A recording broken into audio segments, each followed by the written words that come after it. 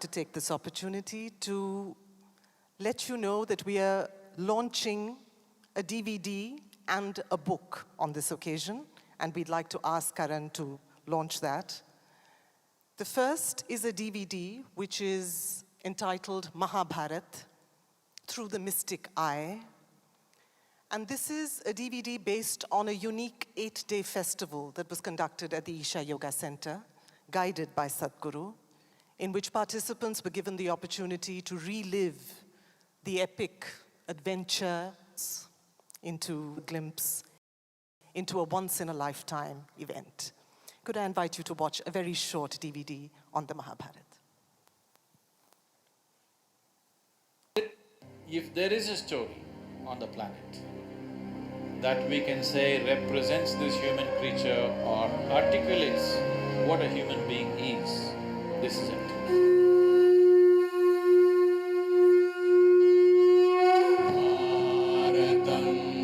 This is not about good. This is not about bad. This is not about the right thing and the wrong thing. This is about exploring the human creature like he's never been explored in any other place. Looking at Duryodhana's story, looking at Dharmaraja's story, looking at Arjuna's story, looking at Krishna's story, you can explore yourself in a million different ways. Thousands of characters, each one of them a complete story by themselves.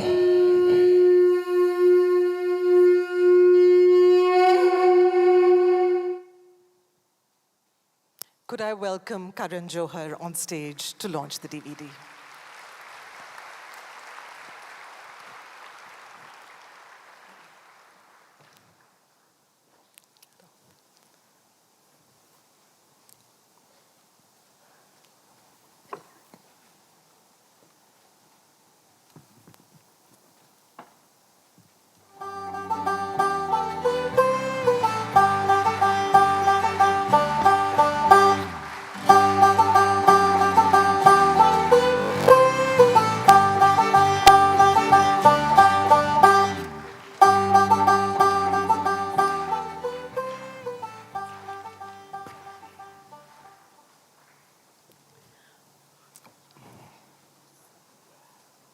We'd also like to take this opportunity to ask our guest to unveil a new book. This is the Hindi version of a very popular cookbook, A Taste of Well-Being, in which Sadhguru offers a yogic take on the whole world of cuisine, particularly relevant to us in an age of crash diets and food fads. It's a book that allows you to reclaim for yourself the joy of the simple act of eating right. We'd welcome you to pick up the book on your way out. For now, I'd request Karan to launch the book.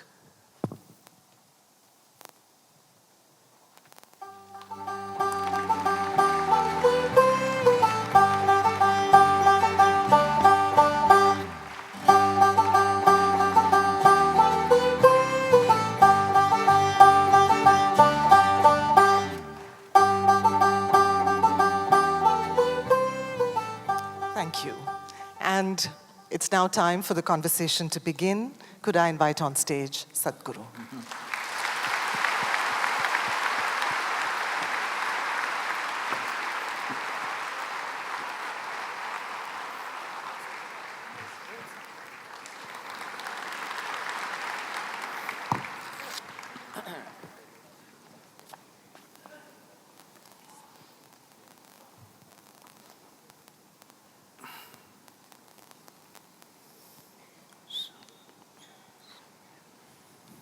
Good morning, sir. Namaskar. Two things I've never been in my life are thin and nervous. And I still haven't been able to get over the former, but the latter is still very operational at this moment. It's because I don't know what to say, because I feel I've lived with you in this last week. I've done all my research, watched all your shows. So you have done your homework, but because I'm homeless, I've done a fair amount of my homework. I've watched everyone from Anupam Kher to Juhi Chawla in conversation with you, Barkha Dutt, to a very subdued Arnab Goswami as well. I do believe in your mystical power because you managed to achieve that. And I think that is not anything lesser of an achievement that you've done with your span of tremendous work, Sadhguru. So my felicitations on that achievement. And more than anything else, when I just saw the AV that all of us saw, I've heard all these terminologies associated with you, which is from, you know, the monk on a motorcycle, rock star spiritual energy. And I saw that happen. You're on a motorbike, you're flying a helicopter. So there are so many terms, as I said, rock star spiritual energy, and I want to create my own one and say you're like almost the Santa Claus of spirituality, because you bring the energy through that chimney of life, and I think have really touched so many millions of people across the world. So we're blessed to be in your presence at this moment, and I can't wait to be in conversation, which is I'm going to start, but I just want to start by saying that this is truly an honor, so thank you.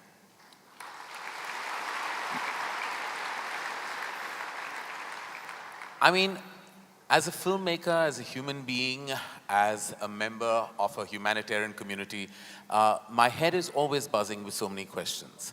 And I think we bottle it down to some spiritual inquiries, some religious ones. There's always been a debate about these two terms, religion and then spirituality. There are people who feel like, I'm not religious, I'm spiritual, and I'm not quite sure they know the meaning of that. But they use it because sometimes terms are just thrown around. To those people who are at the crossroad between religion and spirituality, what is your answer to that dilemma?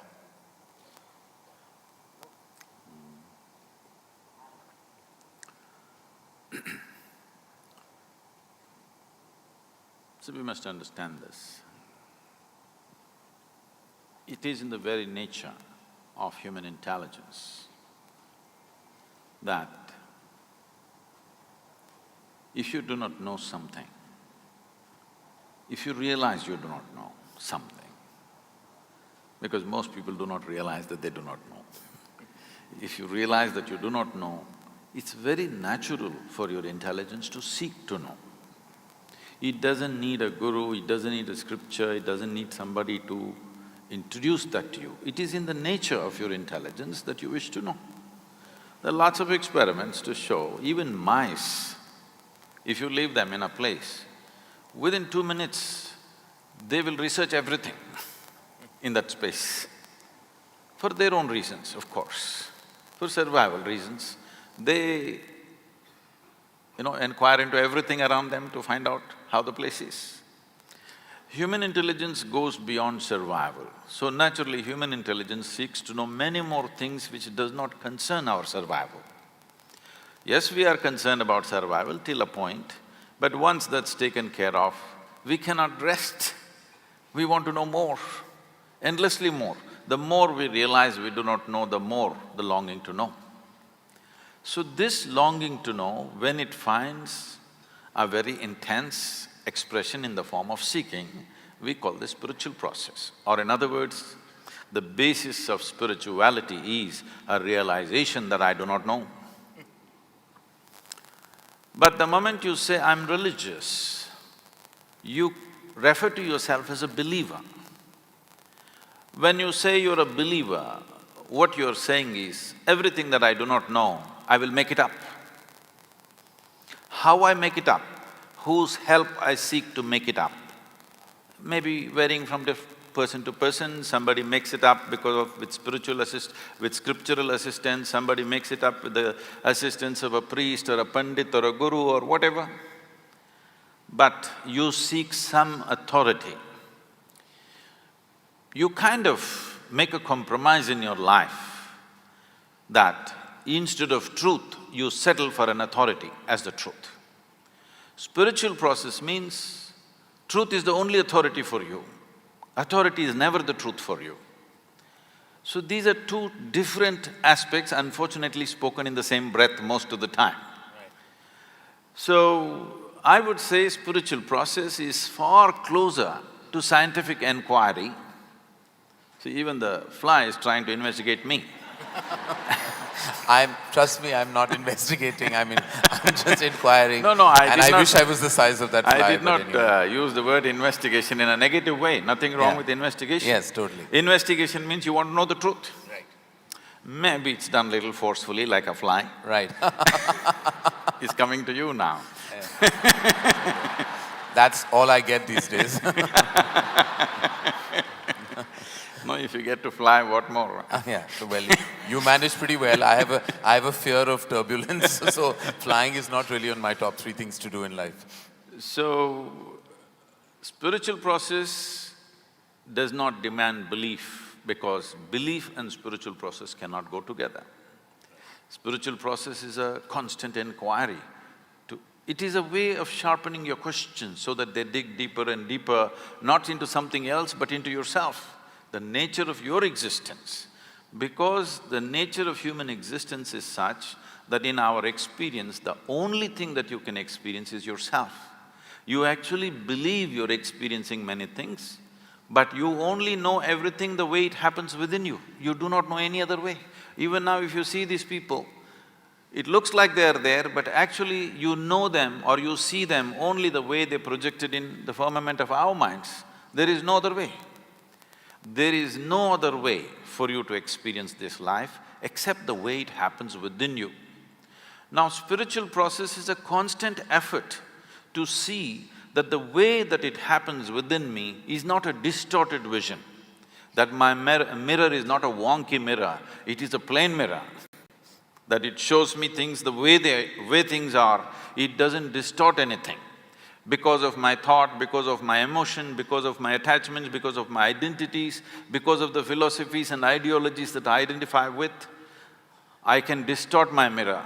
Now I deprive myself of all that so that I have a plain mirror and I get to see everything just the way it is. This is spiritual process. No, well, thank you, because that's always been a continued dilemma. And I believe that the word spirituality is sometimes misused, where there's not a grave understanding of what it really is. And as you said, that the I don't know has immense power. And I think acknowledging the I don't knows of your life really means everything. And I wish people would start doing that, because according to me, sometimes delusion is the biggest disease that plagues humanity, when you're not aware of your own self. No, there are all kinds of idiots on the planet. Yeah. Yeah, we work with many of them. But we must understand this. In the very nature of who we are, it is like this. If you do something stupid today, tonight your intelligence will bother you. Why did I do this? This is the nature of human intelligence. But the moment your stupidity is either scripture endorsed or God endorsed, you can go on doing the same idiotic thing with enormous confidence. It gives you confidence without clarity. Confidence without clarity is a disastrous process. If you do not have clarity, at least you must have hesitation.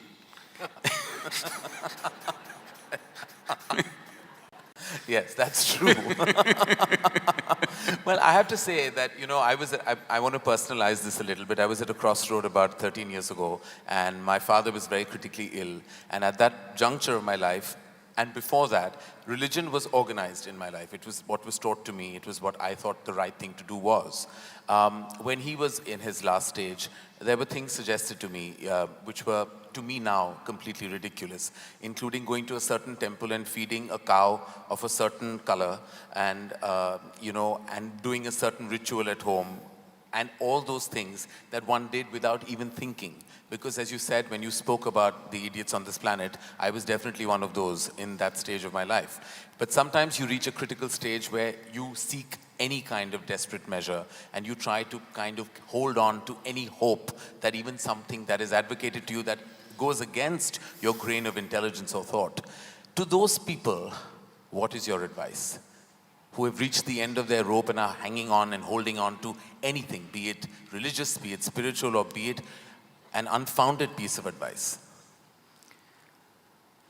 See, for all this, the fundamental basis of these kind of aspirations or actions is because people are just shit scared of life. Why is it so? It's like this. Suppose you sat on a bicycle on stand, and started simply pedaling for fun. But it came off the stand and started rolling. Anxiety, faster, fear, very fast, terror. The fundamental reason is, but someone who knows how to ride a bicycle, the faster it goes, the better it is. Right. But for someone who does not know how to ride a bicycle, the moment it moves, terror will happen. So the fundamental thing is just this, you have been given a very complex and sophisticated vehicle to pass through the process of this life, which is human mechanism. There is body, mind, emotion, energy, many dimensions to it. Essentially, this human mechanism is a very complex phenomenon.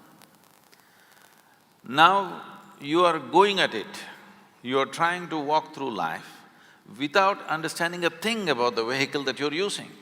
Every time it moves, there is terror. If it doesn't move, you want to die of boredom. If it moves, you're terrorized. There is no way out of it. Tell me one thing that human beings are not suffering. If they're poor, they suffer poverty. If they become rich, they suffer taxes. If they're not educated, they suffer that. You send them to school, endless suffering. They're not married, they suffer that. You get them married. Yeah, I was heading to that next. I didn't say a thing, they're the ones. Well, that's an extreme validation of the institution. So, tell me one thing that they're not suffering. So now somebody develops a philosophy, life is suffering. There are philosophies like this. Now it's not about life because you've not even touched life yet. All that you're dabbling with is right now your own thought and emotion, and it's going crazy. So you are on a bicycle that you don't know how to ride. But this is not just a simple two-wheeled bicycle, it's a complex machine. You don't know how to ride, you don't know how to manage your thought, you don't know how to manage your emotion. All these things, human experience is essentially happening from within you. Whether it's misery or joy, agony or ecstasy is happening from within you. At least what happens from within you must happen your way, isn't it? The world will not happen your way. But the problem now is, what happens within you is not happening your way. What's happening in your mind is a dream. Even your dream is not happening your way, that's the problem. The problem is not that your life is not happening your way, even your dream is not happening your way. And this is the source of their misery, but they think it's marriage, they think it's children, they think it's poverty. No. Fundamentally, it is just that you are not happening the way you want yourself to be. That's all your misery is. So, even if you want to learn to ride a bicycle, it's just a simple basic machine. It needs a certain level of attention and involvement, otherwise you can't ride a bicycle. Takes an enormous amount of intent to want to ride it. Otherwise, it's quite impossible to ride a bicycle.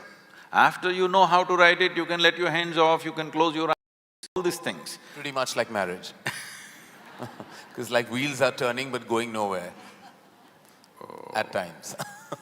No, I wouldn't like to make that statement because for many people they've gotten somewhere with marriage. Yes, we'd like to find out where, but but on another forum. When you speak about suffering, Sadhguru, it is definitely something that I believe that self-pity sometimes is like a luxury spa.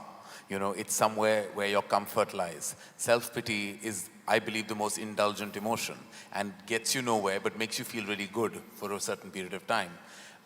What is your take on something like self-pity? How is being pitiful a luxury? I don't understand that. It becomes, you get great solace in that emotion for a short period of time. Self-pity can be the most happy place to be at, like self-indulgences. See, there are many ways to achieve peace, happiness, well-being. This happened. Shankaran Pillai, he was a little abusive husband verbally abusive. So he would rant at his wife, but she was always peaceful, never reacted. One day in the middle of his raging rant, he stopped and he asked, "Whatever I say, how much ever I abuse you, you are peaceful. How do you do this?" She said, "I clean the toilet." He said, "What? Cleaning the toilet, how does it make you peaceful?" She said, "I use your toothbrush."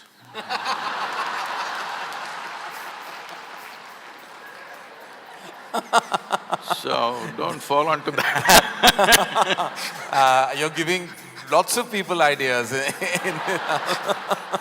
So that's not a… that's not a relationship, it's a revenge story.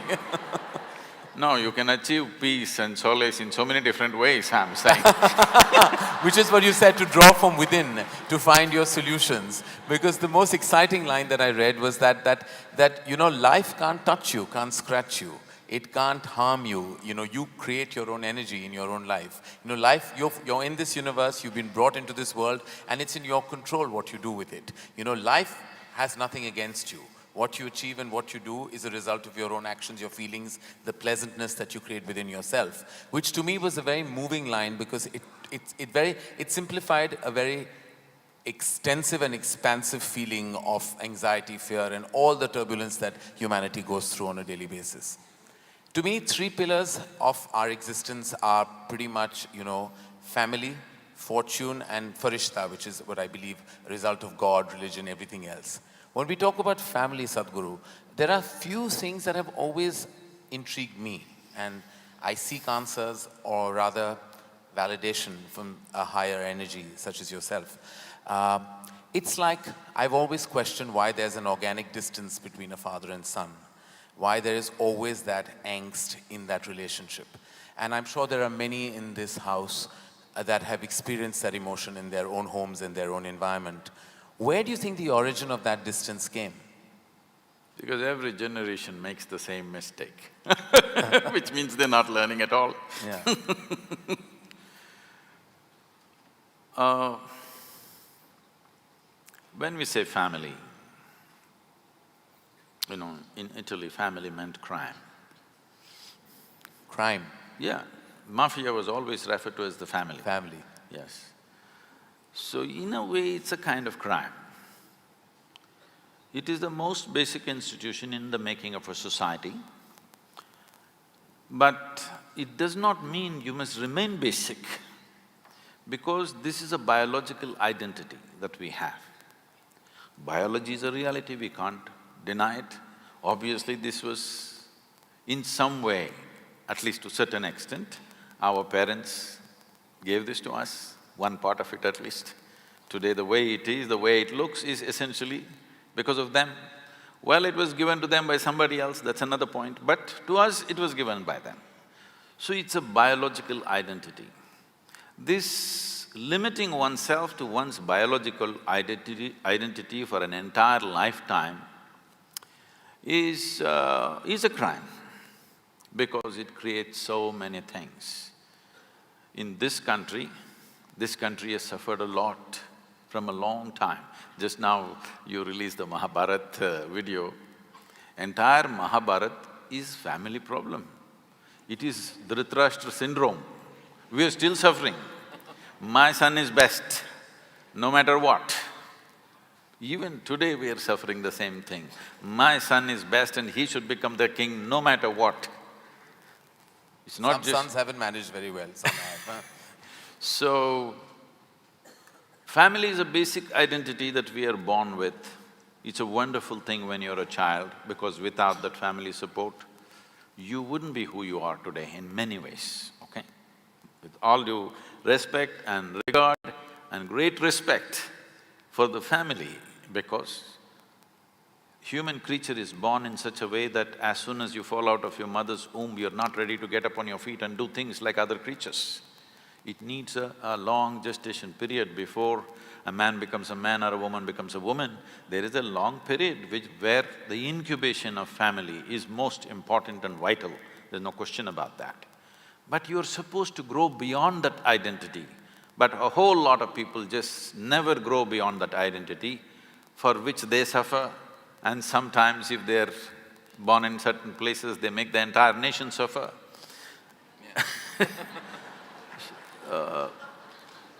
You are supposed to grow out of that. As a child, it's most vital that you're identified with the family. But as an adult, you're supposed to grow beyond your biology, because biology is the most basic identity. One has to grow beyond that. So having said that, is it necessary that every father and every son has to have some kind of angst?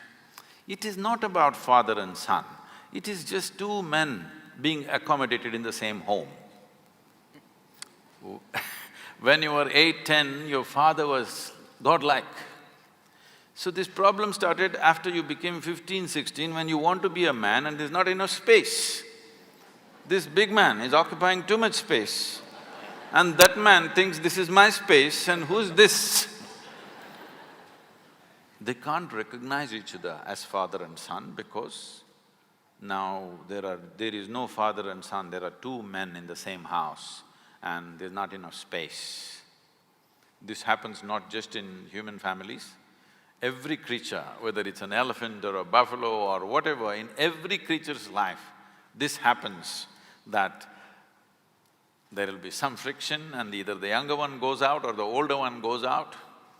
This happens everywhere because this is not a problem between father and son. This is two men trying to share the same space and the same woman called mother to one and wife to the other.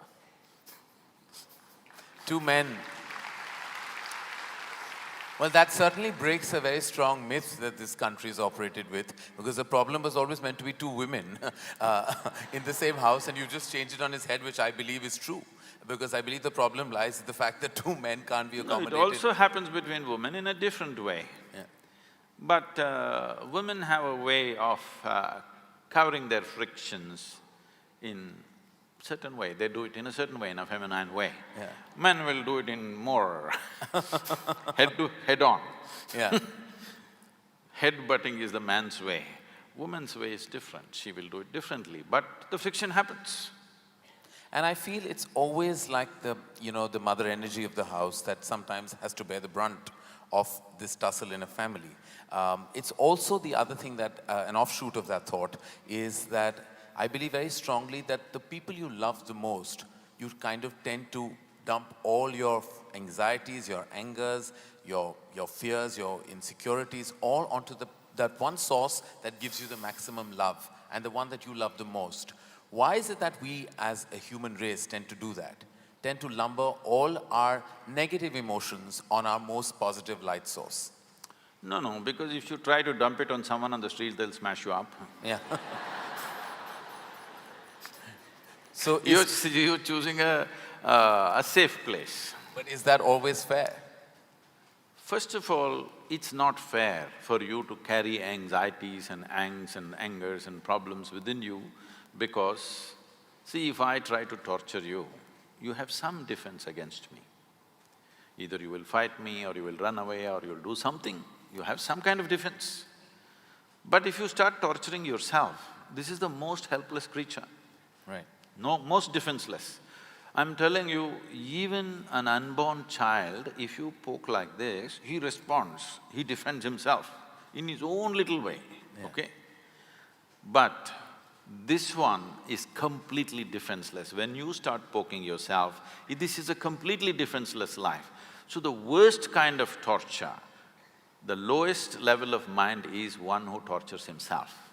But they always think they are the highest level of people. I suffer for everybody. You bloody suffer anyway. If there is everybody, you will dump it on them, otherwise you'll simply suffer. Yeah. People come to me and say, Sadhguru, I can't bear with my mother-in-law, she's impossible. My husband, after all, her son. My wife, oh, she's terror for me. My boss is not even human. Like this, it goes on. I tell them, you come, don't worry. I'll give you a nice place to stay, I'll give you good food. Nothing to do. For your life, I'll take care of you. Only thing is, I will make some random checks on you. When I check, you must be joyful. If you're miserable, I don't believe in feeding misery. Right. So, you leave them in one place for 24 hours, you will see how they will mess themselves up. So when you're alone, if you're miserable, you're obviously in bad company.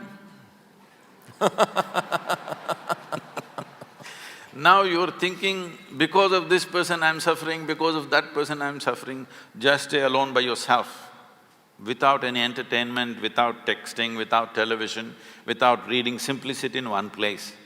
Joyfully, let me see. Most people can't stay there for 5 minutes, believe me. They are not on Facebook, they are not on Twitter, they're not this thing because they have something to say or because they have fallen in love with the world, no. If they stay alone, they'll go crazy. That's a fact. What is… I mean, sorry to break that train of thought, but what is the solution to that kind of feeling of just not enjoying your own space? Because we have not looked at how human mechanism works. It is like you have a super sophisticated machine. This is the super computer. This is the machine which dripped supercomputers, isn't it? Right. I'm asking, have you read the user's manual? That's all it is. The entire yogic system is just this. This is not a philosophy, this is not an ideology, this is not a religion, this is not a teaching. This is just the user's manual, how your body should sit, how it must breathe, how the mind should be, how the emotion should be, how the energy should be, what are the things you can do with it, how should you keep it so that this will function at its highest possible level. See, the cell phone companies have been doing some research a few years ago and they found only 7% or only 3% of the people, no, 97% of the people are using only 7% of the cell phone's capability. We are not even talking about today's smartphones, we are talking about the dumb phones. So 97% of the people are using only 7% of a small gadget. If that is the fact, how much do you believe are people making use of this tremendous gadget? Just on the surface, because they never bothered to read the user's manual. If you tell them this, they say, Sadhguru, can you give us the user's manual? It's written into you, you have to spend some time with this. This was written by the source of creation, not by me or you, isn't it? You must learn to read. The problem is illiteracy. See, suppose you have not learned the alphabet. Well, you have learned English alphabet. Let's say I'll give you a Tamil book. You look at it, does it make any sense to you? You don't know the alphabet, it doesn't mean a thing to you because you do not know the alphabet. Now, this is the problem, that in today's society, in modern education, we have not even brought fundamental literacy towards how to read this book. Because we've never read this, by accident we are managing it. If you manage by accident, sometimes it works, sometimes it doesn't work. One moment you're happy, next moment you're miserable, one moment you're peaceful, another moment you're in turmoil. I was I'll cut the long story short. I was in Tel Aviv and somebody came and greeted me, Shalom. I said, what does that mean? He said, this is the highest way of greeting. I said, that's your opinion, but what does it mean? He said, no, this is really the highest way of greeting.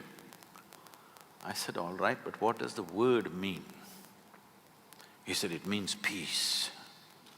Then I say, why is peace the highest way of greeting unless you're born in Middle East?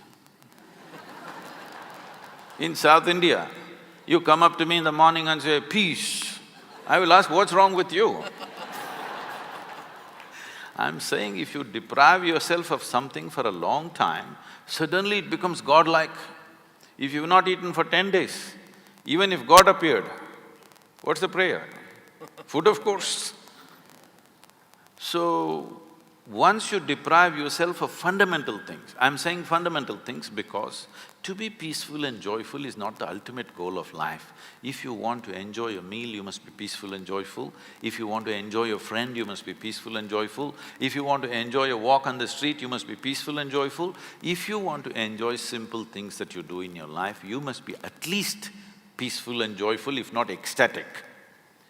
So it is a most fundamental requirement. This is not happening. People are saying this is the ultimate goal of life. Even so-called spiritual leaders are saying peace is the ultimate goal of life. Such people will only rest in peace. For those, I mean in what I believe surrounds us all is urban angst. I think that seems to be terminology that comes out of, mental health solutions, etc. And that seems to be rampant in many parts of the world now, including now slowly penetrating even in India, when people deal with mental health issues like depression and anxiety, and those kind of which seek certain chemical imbalance issues that are told to them They're making you look very pretty on the screen. How do they do that? They're not doing that to me, huh?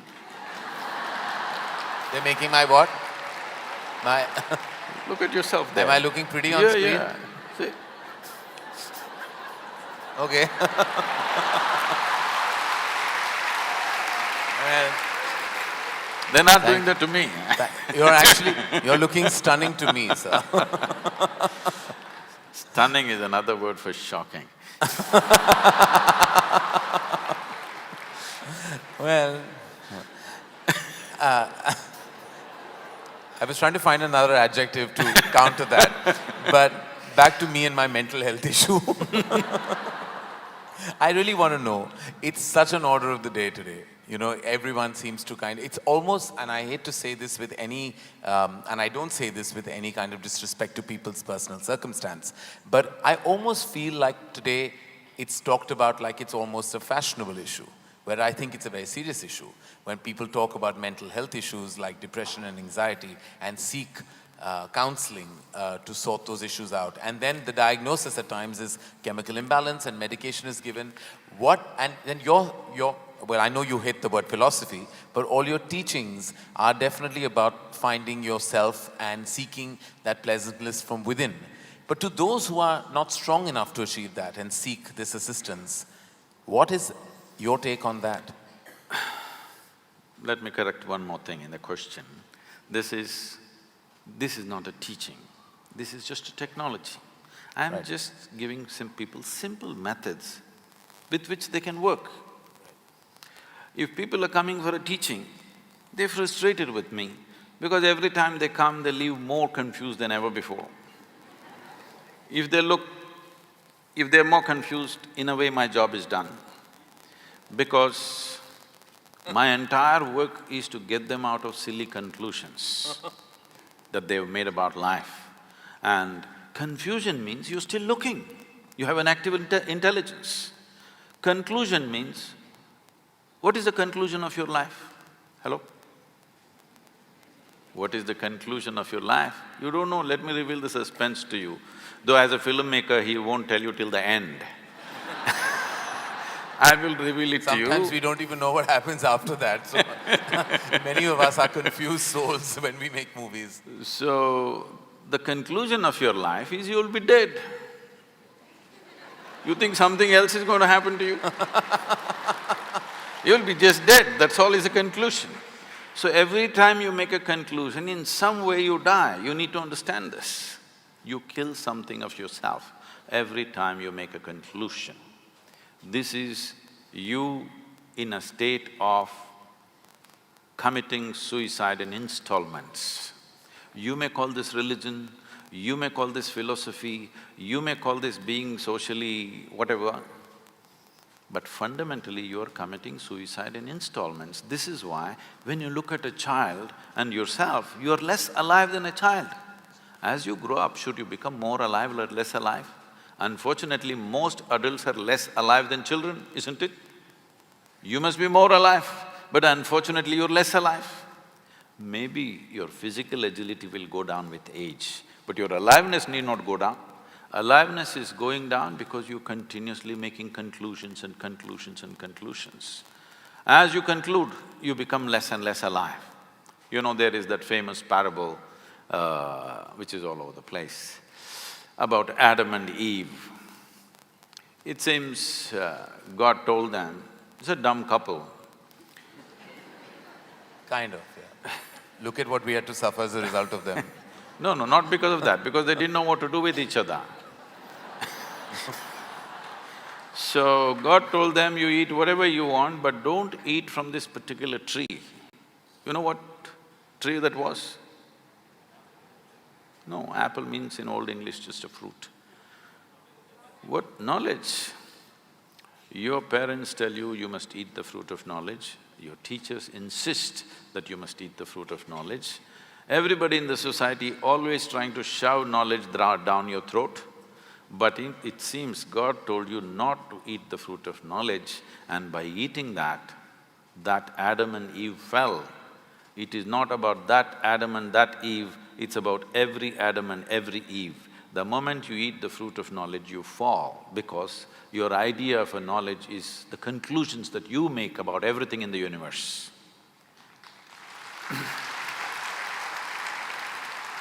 So this mental illness, which is becoming pandemic, they're telling me, I don't know how far the statistics are right, they're telling me over 40 people, particularly women in America, over 40 years of age, nearly 52% of them are on some kind of antidepressants. 52% is not a joke. 52% is not a joke. It means entire humanity is becoming sick. We must look at it why. Fundamentally, because you are banking on a few things for a long time for your mental stability and emotional stability, all these things are taken away. One thing is, as you mentioned, the crime that we call as family. It gave us the support. No matter what happened, there was somebody always for you. Others are with you when you do the right things. If you do the wrong thing, they'll distance themselves. There was one bunch of people who was like for the circus that you do, they were the net. Whichever way you fall, there's somebody to hold you for some moments. But that net is gone. Now when you fall, you fall. Because of that, people are cracking up. So if you want to remove… You see, in this culture, there was a time in the tradition where 30% of India's population were monks. That means consciously they went beyond family. Consciously they chose to live without family, to live without support, to live without a home. Homelessness not out of deprivation, but by choice. Nobody ever had a depression because they transcended the need for the net. You learnt your trapeze bar act really well. Now you can do it without the net. You are not good at it, you better have a net, isn't it? Otherwise your head will crack. Right now that's all that's happening. The traditional support system that we had, we're taking it off. When we talked about religion, with all due respect, we must acknowledge this. Today people are trying to go to psychiatrists. India doesn't have enough psychiatrists for 1 billion people, believe me. No country has. And above all, they're very inefficient because they can take only one client at a time and they need a lot of furniture like this. It's very inefficient. Religion handled human psychological balance effortlessly. God is with you, don't worry. It settled a whole lot of people. Do not underestimate the value of that. It is very inexpensive mass psychiatry where people… No, I'm not… this is not a joke. When you're mentally ill, it's not a joke. It's the most painful thing. If you get physical ailments, you will get everybody's compassion. When you get mental ailment, you'll get laughter, unfortunately, because you don't know when somebody is sick and when somebody is being stupid. You can't make out. This is the biggest problem for those families who have somebody in the family who's mentally disturbed. You don't know when they're making it up, when they're really suffering, you can't make out. There is no perfect way. There is no science anywhere to tell you exactly when, because human beings can make up every kind of thing. You're an actor, you know? I don't know, you're an actor or… I do most things, yeah. Okay. I mean, we act even in our day-to-day existence, all of No, us that do. is fine, but are you actor, just director? No, I tried. I failed. Okay. So, all right, you're a bad actor, Yeah. But I'm an actor nonetheless. but at least you make other people act. Yes. So, you know, in a cinema or a drama, you can act something and make it really real to a point where these 10,000 people will sit and experience like it's real. So, when a mentally ill person is in your home, you don't know whether he's acting it up or it's real. Sometimes it's real, sometimes he's playing with it. You can't make out. You don't know when to be compassionate, when to be hard on him. This is the biggest problem. For people who have mentally ill people within their homes, this is the huge problem because there is no perfect way of making a judgment. And it is not joke. See, human sanity is a very fragile thing. The line between sanity and insanity is so thin. If you push it every day, you will cross it. See, when you get angry, what do you say? What's the expression? I'm mad with you, or I'm mad right now. So you're enjoying that little bit of madness. You crossed the line and it felt like it's some kind of a freedom and power. But one day when you cannot cross back, that is when suffering begins. And suffering means, it's not like physical pain, it's immense suffering. I've been around people who've been mentally ill, trying to help them. It is… nobody should have it, but unfortunately it's becoming an epidemic in the world that mental illnesses are growing like never before because all the supports they had, we are pulling it out without replacing it. If people become so conscious and so capable within themselves, you pull all the supports, everything will be fine. But without giving that competence, you just pull the supports, people will crack. In the Western societies, it's happening large scale. We are not going to be far behind, especially the urban societies in India will move in this direction because once again, in many ways, urban India is more West than West. There are more people in denims here than in America. Well, no, thank you for that, because I know it is definitely a crisis that plagues us, and some, as I said, seek help. Some who I helped, I mean, I'm happy for them, and I'm sure grateful for resources that are available. And those that find pleasantness within themselves, I think that truly is a glorious solution to their issues. So when we say pleasantness, human pleasantness can be looked at in many different ways. One simple way of looking at it, because medical science is looking at it that way, I don't see it that way, but that's a consequence for me, is every human experience has a chemical basis to it. What you call as peace, joy, love, turmoil, tranquility, agony, ecstasy, everything has a chemical balance, chemical basis to it. Even health and ill health has a chemical basis to it. Today, entire pharmacology is just about trying to manage your health by using chemicals. It's today a doctor's job or a physician's job is… it's an orchestra of chemistry that he's trying to manage. Put this pill, something more happened, put that pill, then something less happened, then do this, do that. Trying to manage the orchestra of chemistry because this is the most complex chemical factory on the planet. Right. This is a very complex chemical factory. Managing it from outside is very, very difficult. But you could manage it from inside, but you must have access to your insides. If your innards are not available to you, then how do you manage it from inside? You only try to manage from outside. Even mental illnesses are largely being managed by chemical input. But all the chemicals that you can think of on this planet are in some way already present in this. Whether you are seeking medically prescribed drugs or you're going for the backstreet drugs, whatever you're going, essentially you're trying to bring pleasantness within yourself. Right. Because health means one level of pleasantness. If body becomes pleasant, we call this health. If it becomes very pleasant, we call this pleasure. If your mind becomes pleasant, we call this peace. If it becomes very pleasant, we call this joy. If your emotions become pleasant, you call this love. If it becomes very pleasant, we call it compassion. If your very energies become pleasant, we call this bliss. If it becomes very pleasant, we call it ecstasy. If your surroundings become pleasant, we call this success.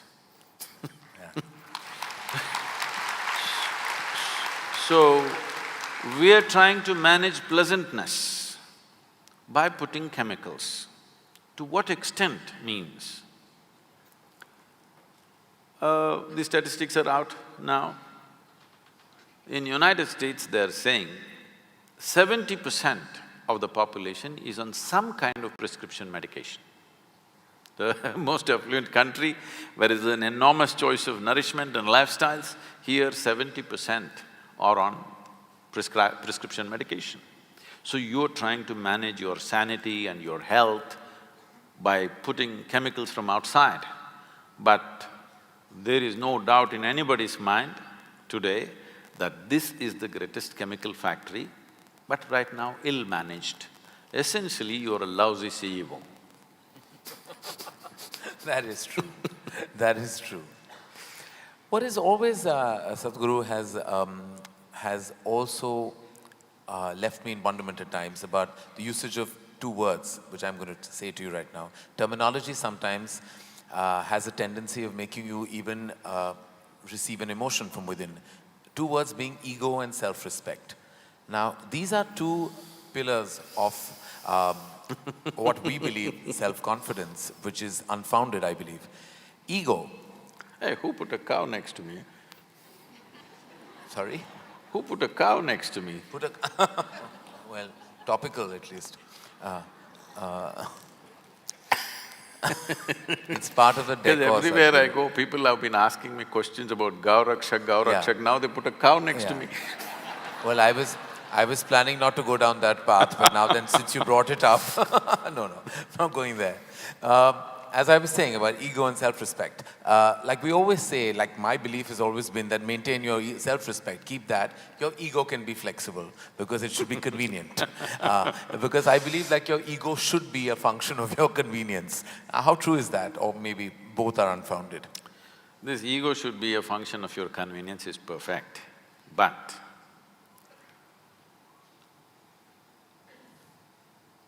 nobody knows where ego is within themselves. Do you know? No. Nobody knows. It arises at will, I think. No. Ego is a fall guy. When you do the good things, of course it's you who did it. When you do these nasty things, oh, it was my ego. He's a fall guy. He comes up whenever something goes wrong. Whenever you're seen in a bad light, it was my ego, it's not me. So, people have created a whole lot of jargon like this, my ego, myself, my consciousness, my superconsciousness, many things. First, everybody must decide, within this body of yours, how many people are residing, you must tell me. If there is anything more than one, it means either you are schizophrenic or you're possessed. You need either a psychiatrist or an exorcist. So, you are an individual. An individual means not further indivisible. This is why you're an individual. That means there is only one. This is the healthiest state to be, that you understand there's only you here, nobody else but you. If you realize this, then you will function completely differently. But you start playing this game, whenever you are in difficulty, you say it was my ego, whenever something else happens, you say it's myself, another time you say my lower self, higher self, all kinds of stuff, many identities within you. See, this is the nature of a criminal, alias, you know? So, it's a crime that you started. Whether you will be caught in the web of that or you will manage see, if you do minimal amount of crime, you may manage. Only when you really get into it, then you may get into the web. Otherwise, many people commit small-time crime and then become very respectable in the society. So, if you do little crime of ego business, self business, all this, and then become normal, you're okay. But if you play it too much, you will become mentally ill. Because if there is more than one in this, you will become sick. There you are an individual, you are just one. Now it's very easy to transform this. You can't transform a crowd of people. you know. Right. You can only transform individual people And if you take away this fall guy, one fundamental thing you have to do with yourself is to see that no matter what happens in my life, if pleasant things happen, unpleasant things happen, whether I'm joyful or miserable, I'm successful or a failure, you know it's just you and you alone. Otherwise, when things happen well, me, when things don't happen well, So you say we always tend to blame ourselves into various paths and then for divine forces as well. it's convenient, it's Yeah. very convenient. But this self-respect, no, you should have no self-respect.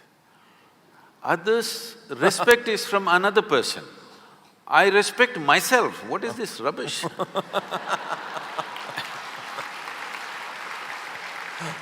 Somebody else respects you because they see some value to you, it's nice. Yeah.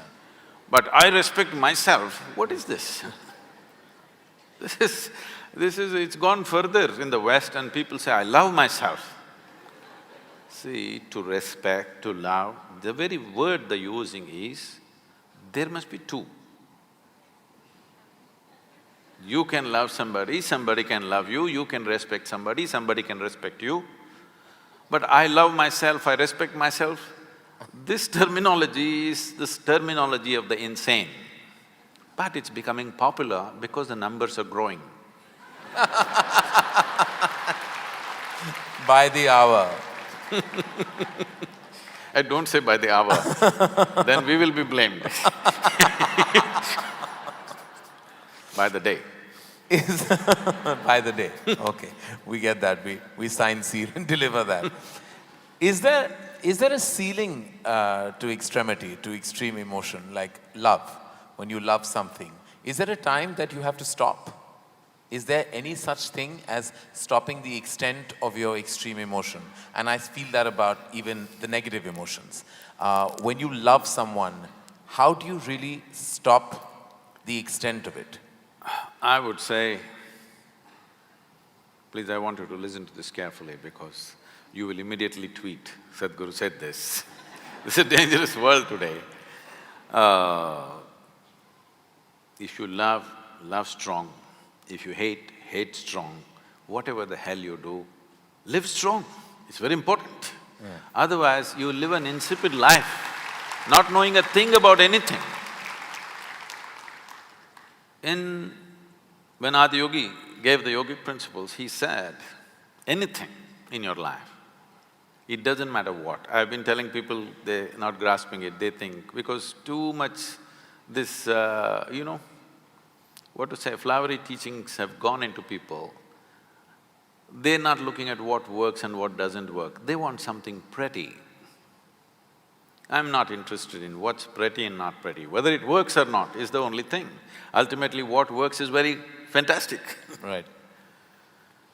So, even if it's anger, not necessarily love or compassion, even if it is anger, just stay on it for 24 hours.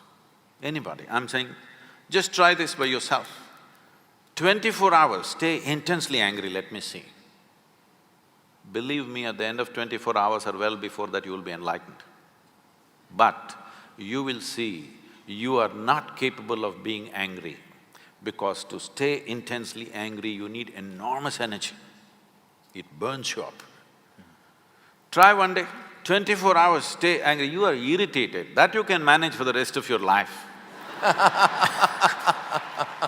Stay angry, really super angry for 24 hours, let me see. You can't manage more than 3 minutes, believe me. You will feel drained out because it takes enormous energy. There are yogis who live like this. They are simply angry all the time. All the time, not about anybody or anything, simply angry, just like that. It works wonderfully, it works much better and quicker than love. Only thing is, With that kind of practice within you, with that kind of emotion within you, you can't live in social atmospheres. You will have to withdraw to a mountain cave and simply be angry about nothing, just like that. If you want to live in social atmospheres, you need to be in a pleasant state of emotion, otherwise you will get into constant mess. So should I stop myself somewhere? What you're asking is, should I be constipated about my love? At least in love, know some sense of abandon, that there is no brakes on it. I would say on everything in your life, in your car you must pull out all the pedals, only throttle should be there. Yes, in your life there should be only throttle because brake will happen when you die. It's not for you to brake every day. It's not for you to control. Your life will be curtailed somewhere. That's nature's business. Your business is to be full on because life needs your support. Death is super efficient. Did you ever see death happening inefficiently? Hello? Wherever it happened, it was a perfect death, isn't it? Never happened inefficiently, but life happens inefficiently. Life needs constant support. Death does not need your support. Stopping something is death, in a way. So to love you're afraid, to laugh you're afraid, to cry you're afraid, to everything. Nothing is done with abandon, everything with constipation. Learn to do something with abandon, because if you do not know at least how to scream in abandon, there is no way you will ever know how to meditate or to be spiritual, because spirituality is a state of total abandon, complete state of abandon. I endorse that and will try and live by that. But what happens when a positive emotion reaches its extreme stage and ventures into a dark area? Like love can also transfer itself into obsession. See, you are referring to… See, it's like this. Suppose you don't have legs, and if I say, come, dance, you say, no, I cannot even walk without my crutch. So I cannot walk without my crutch, or I cannot live without you, are not different. This is a very dangerous territory I'm entering. But it is a fact, I cannot walk without a crutch or I cannot live without you is the same thing. Because you're misunderstanding your dependence and a certain relationship that you hold with somebody as love. Let's look at this thing of what is love. See, it's a certain blossoming within you. Now, who are you in your life? Who are you using as the manure? Filth. See, this flower is fragrant not because somebody sprayed perfume to the roots. It is fragrant because somebody put filth to the roots, isn't it? So now, you found a little flower within you of love. Who is your manure? Who is your filth? Now this is a dangerous territory for me to enter, with you also. But this is exactly what we are doing. Now the question is just this, whatever is the most pleasant emotion within you, are you capable of bringing it on by yourself? Or are you in a dilapidated condition of technology that you are a push-start machine, that somebody has to push you, otherwise you cannot be. Your joy, your love, your peace, your ecstasy must be your making, isn't it? Right. So now your love will become about sharing your joy, not squeezing joy out of somebody. Right now, most people's joy, most people's idea of a love affair is more like a mutual benefit scheme. You give me this, I'll give you that. You can't live without me, I can't live without you. They will make sure that the other person also becomes invalid and cannot live without me. Yes, this is a very huge problem in the human societies. Love is not happening as a flowering. It is something that we are trying to suck out of somebody. Love is not about somebody. I want you to know this. Maybe because you're a film personality, maybe you said you're not an actor, but there are many actors who are loved by people. People are drooling with ecstasy, simply looking at them. But the problem is they've never seen them. They've only seen that play of light and sound. They've never seen them, but they love them. So what I'm saying is, you're capable of loving somebody, that person may not exist, he may be animated, but you still love and you're experiencing all the fruits of love.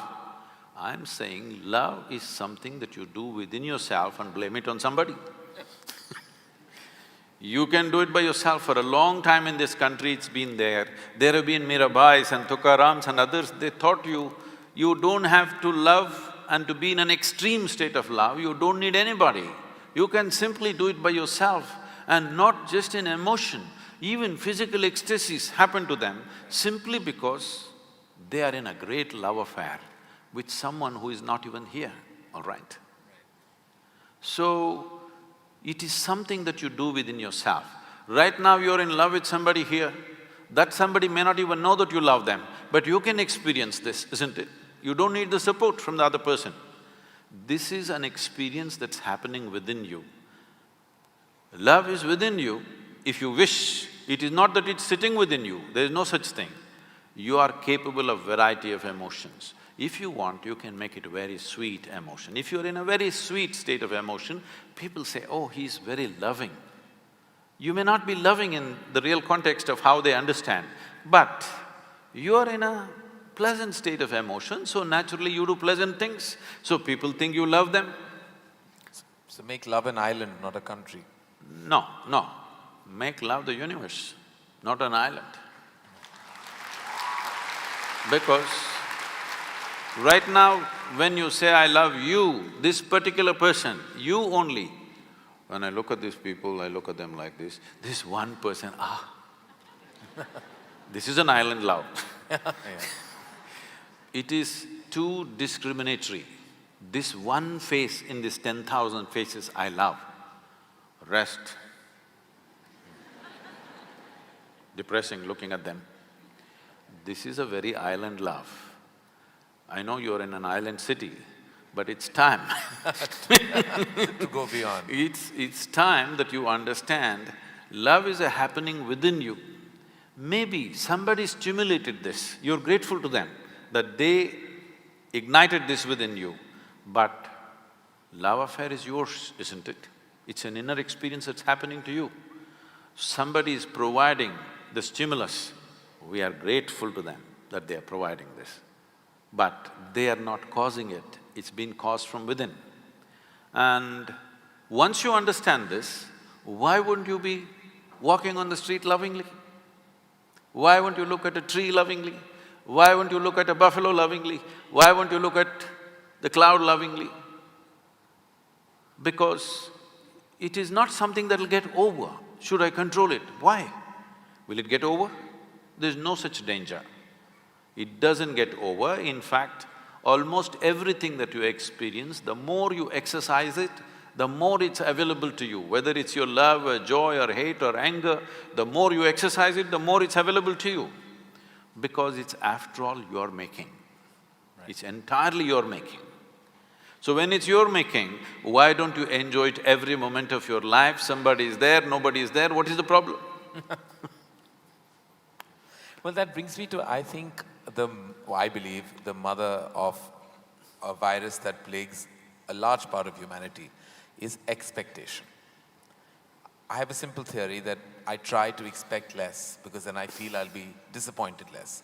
And I feel to curtail your expectation is possibly the toughest thing to do because we constantly expect from relationships, from the work we do. You're just talking to the wrong guy about this expectation. I have the highest expectation of every human being on the planet. And I know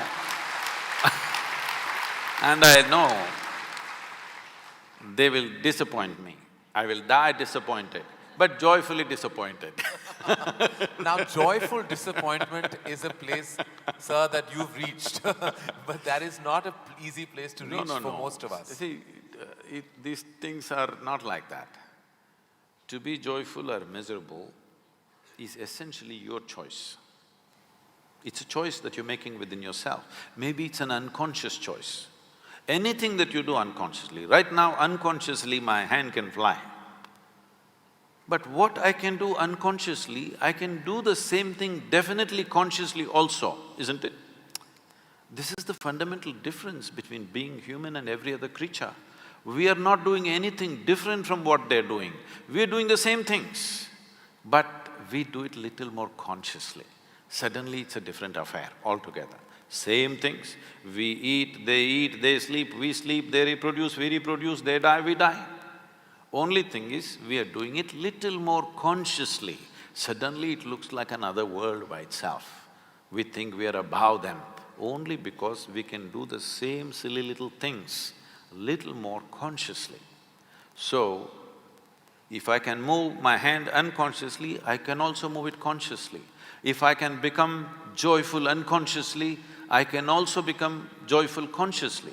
If I am joyful because of my choice, suppose disappointments are thrown at me, I will be joyfully disappointed.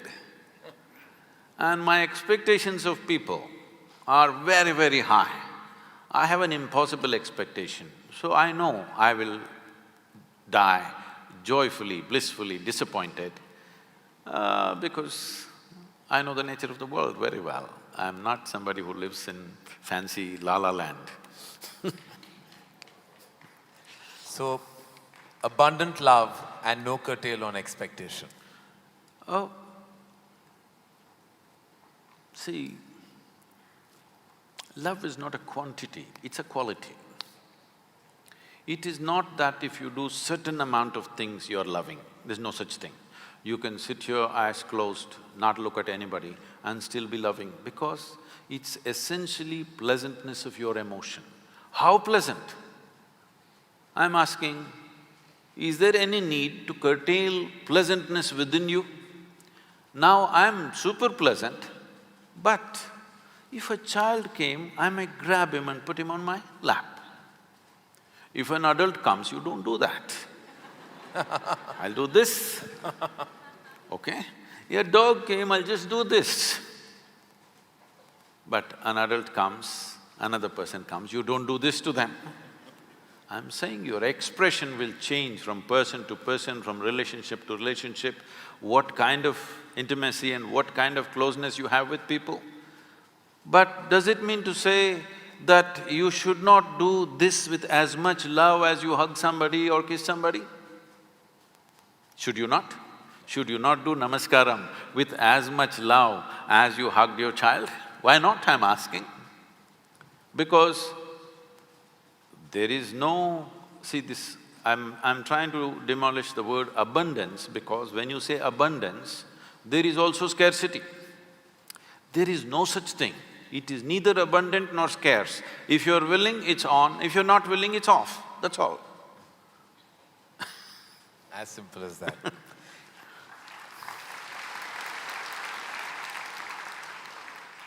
Fundamentally, there is always a need for so many things, even when in your process, your professional process, or where you garner wealth or income and you keep going, there's a need to constantly get more, than what you have. There's no satisfaction and a place to stop. Is there an end to need? No, there should not be an end. It is just that now that you're asking this question, in some way you have realized that at every point of your life you thought, this is it, if this one thing happens, I'm fulfilled. But the very next day you realize this is not it, there's one more thing and one more thing, and you know that after 10 years still the same state will continue. So this means you're ready for yoga.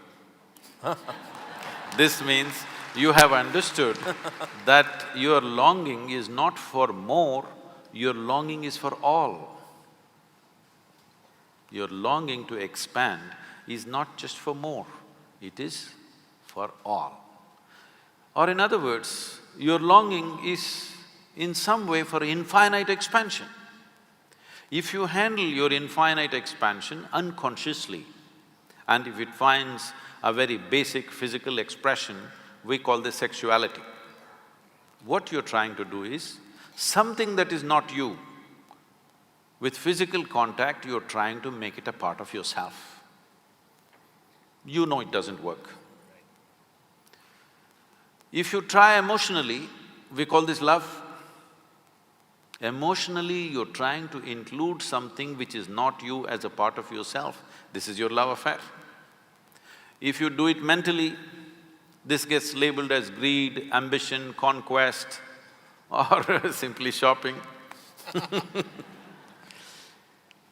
If you do it consciously, then we call this yoga. Yoga means union. You're longing to expand infinitely, but because of little constipation in the head, you are going in installments. Can you go in installments and become infinite, I'm asking? Is it possible?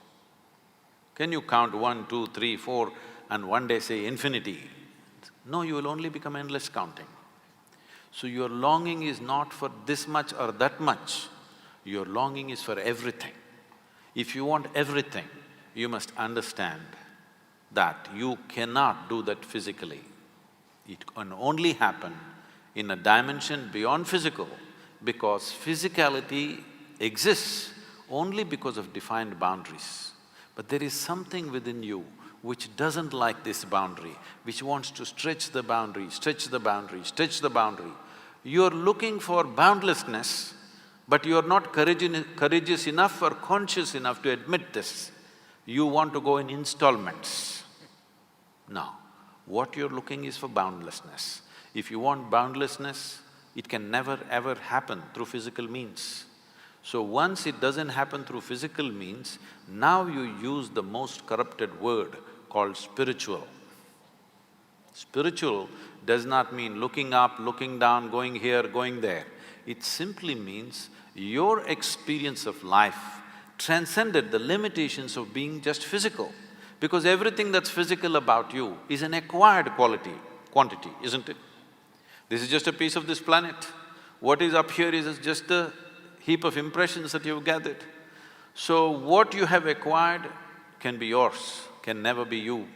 So this longing to have more money, more property, more pleasure, more something is not about those things. You are trying to find a dimension beyond physical nature, but because of constipation, it's not happening. Well, I'm gonna take the liberty, Sadhguru, to do what I normally do on my television show, which is a rapid fire round. Normally the end of this round… When I was young, I watched a lot of, Wild West movies. Right. So when you fire, I also fire, all right? No, but no, I promise you, this is not that kind of… You're not in my line of fire at all. I will not take the liberty of being that person. These are just quick questions which when I ask for one word, you have to stick to that. Because sometimes you have a tendency of not exactly answering the question asked. But you give such a profound and prolific retort back that it makes you very satiated. But in this case, my only request is that if it's one word, then it's just one word. Okay. And the end of this, normally, you get a hamper, but in the absence of a hamper here, you already have something, cow. right? Yes. So, or this beautiful bouquet that is right next to you. But so there's no hamper, but you will get my utmost gratitude. Thank you. All right, very simply, what is the one thing that is essential to living a balanced life? Sense.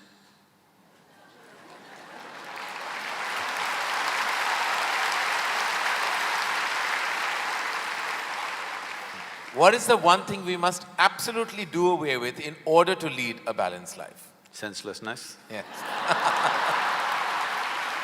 All right. I thought that was coming. First thing that comes to your mind when I say the following, the first thing, organized religion. Madness. Marriage. Cohabitation, Competition, stupid, money, useful, love.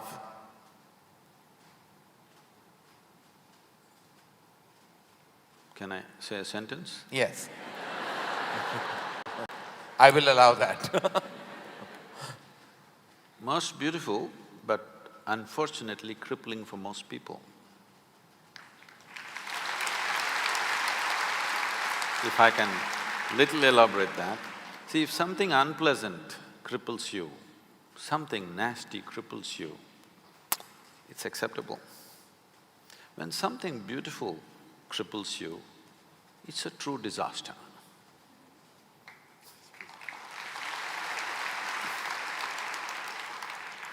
If you could ask one person, alive or dead, one question, who would you ask and what would that be?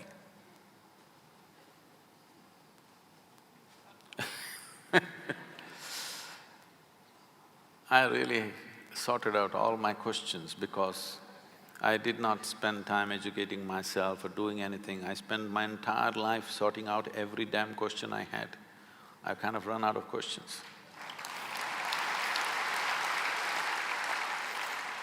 And you certainly have not run out of any answers and you never will. Best advice you have ever received? Nothing. Never. No. I never sought, nor did I receive. I made myself in such a way I'm incapable either of seeking advice or giving advice.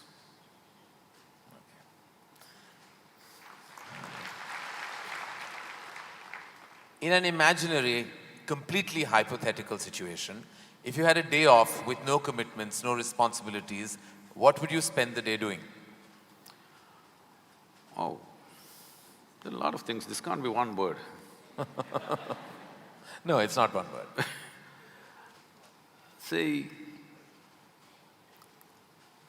I have an indiscriminate sense of passion towards everything.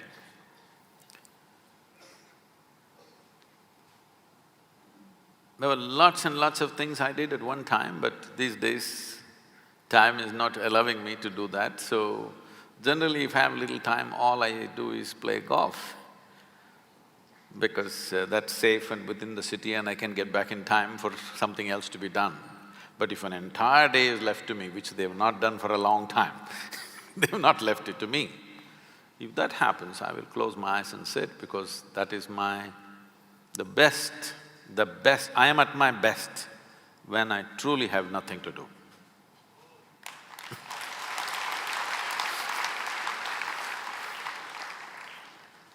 What is one thing you'd like people to remember about you at the end of your life? They must live so wonderfully that they don't even remember me.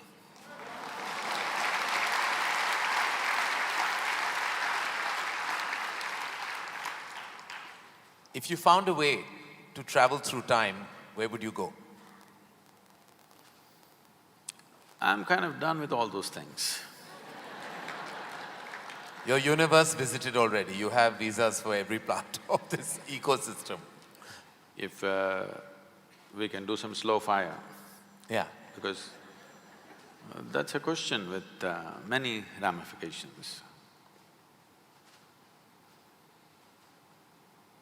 This, for example, traveling in the world, we jetted around and now we want to travel to the Mars, we want to travel to another place. And now that's not enough, we want to travel into the past and future. All this longing is again exploratory in nature. Whether you go on vacation to Maldives or you want to go to Mars, it is fundamentally exploratory. Maybe you're also thinking of relaxation and pleasure and whatever, but essentially it's exploratory, otherwise why can't you do it here? It's something that you want to do, you want to touch another place. This longing is there in the human being only as long as the life that you are remains in a seed form. That is, it did not sprout and blossom. This happened when Adiyogi was expounding the science of yoga. and talking about the nature of the cosmos, how it's related to your individual self and what you can do with it. Then the seven sages who were with him, they asked, what is the nature of this cosmos? How big is it? Where does it begin? Where does it end? So he laughed and said, your entire cosmos, I can pack it into a mustard seed. Because your ideas of time and space are essentially because you're living within the framework of your intellect. If you cross that dimension, then there is no such thing as time and space. Everything is here and now. So, traveling through time, space, no, it means nothing to me because it's difficult to express, difficult to articulate. If I sound little… I have a reputation of being very logical, but if I sound illogical or silly to you, you can blame it on my jet lag. I just come from United States after 6 weeks, so you can say, maybe he was jet lagged, that's why Sadhguru is saying something silly. But I'm fine. I'm saying this because you can't fit the universe into your silly little logic. Today's human being is too overly enamored with their own logic that they're missing the entire life. The gamut of phenomena that's happening in the existence is missed because the only way you can accept anything is it has to fit in to the square hole of your logic. Anything that doesn't fit into your logic, you will reject. In this, you rejected the entire cosmos. In this, you have rejected the magic of life. You have become a slave of logic and completely missing the magic of life. So, this time, space, all this stuff is because intellectually you're trying to dissect the universe and try to understand this. Tell me if you sit here, suppose you're very joyful, do you see, you will not know how the day passed off. And if you're depressed, do you see the day won't pass? So time is a consequence of the miserable nature of human existence. If you are truly blissed out and ecstatic, you wouldn't know what is a day, what is a year, what is a lifetime. You wouldn't know. There have been times I sat down, I didn't realize, I thought it's 5 minutes, but people gathered around and started molesting my feet. Well, because in their understanding, I sat there for many days or whatever. This idea of time and space is a very convoluted idea simply because people are stuck in the framework of their logic. My work, my fundamental work is to take people beyond the framework of logic into the true magic of existence, our own existence. But it takes a lot of time. Still, my reputation is of being very logically correct because I'm still trying to woo them still wooing them, you know. For the real thing to happen, they will take a long time, unfortunately, because they have become such slaves of their logic. What is the first thing you notice when you meet a person? Just everything. Everything. Everything. Past, present and future.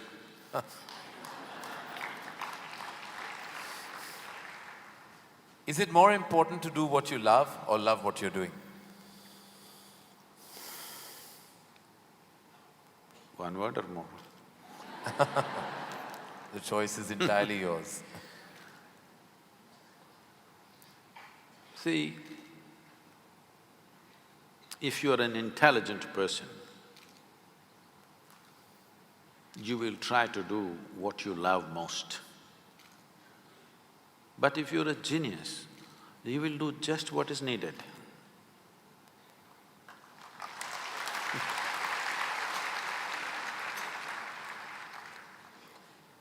If you could be invisible for a day, what would you do?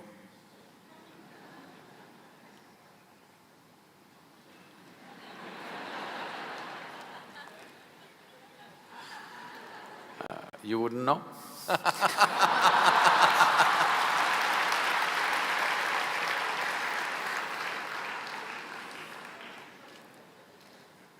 With due respect, what is your biggest weakness? Biggest? What is your biggest weakness? See, what normally people treat as weakness in their lives. Okay, let me give a normal answer. Why? Why am I going into all this?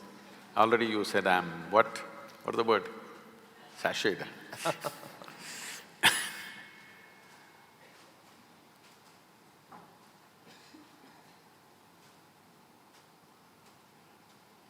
My biggest weakness is I love danger.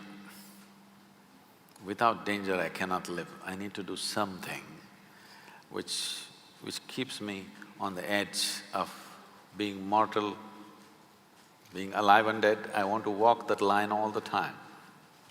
Every day I'm stepping on it one way or the other. Is it a weakness? I don't think so, but people think, Sadhguru, you shouldn't risk your life like this. But if there's no risk, I feel I'm not being… Because most of the time in my life, for whatever I'm doing, I don't feel tested. It's only in moments of danger that I feel little tested. So my weakness is, I like to be stretched, you know. For all the time when I was riding across India and later on I started driving, my only wish was that to find a machine which will test my skills. Always found the damn things broke down if I took it to my limits. These days recently, I'm beginning to get to do a few machines which are testing me, whether I can push it all the way or not. Maybe that's because of my age. No. If I had met them much younger, I think I would You would have managed to work around them. One thing the world doesn't know about you. They don't know a thing about me.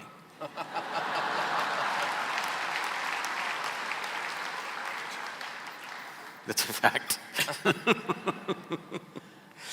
And the one thing you wish you could change about yourself. Oh, I never looked at that. I could speak Hindi. No, I'm sorry, Marathi.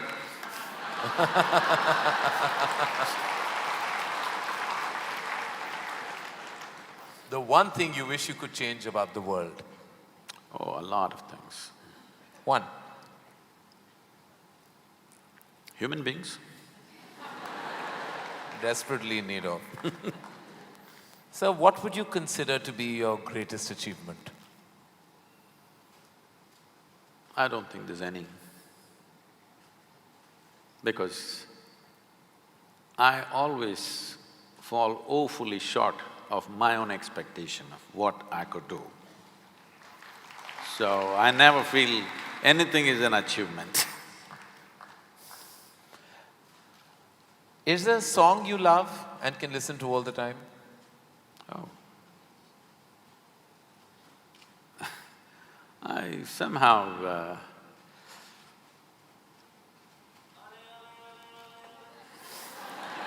nah.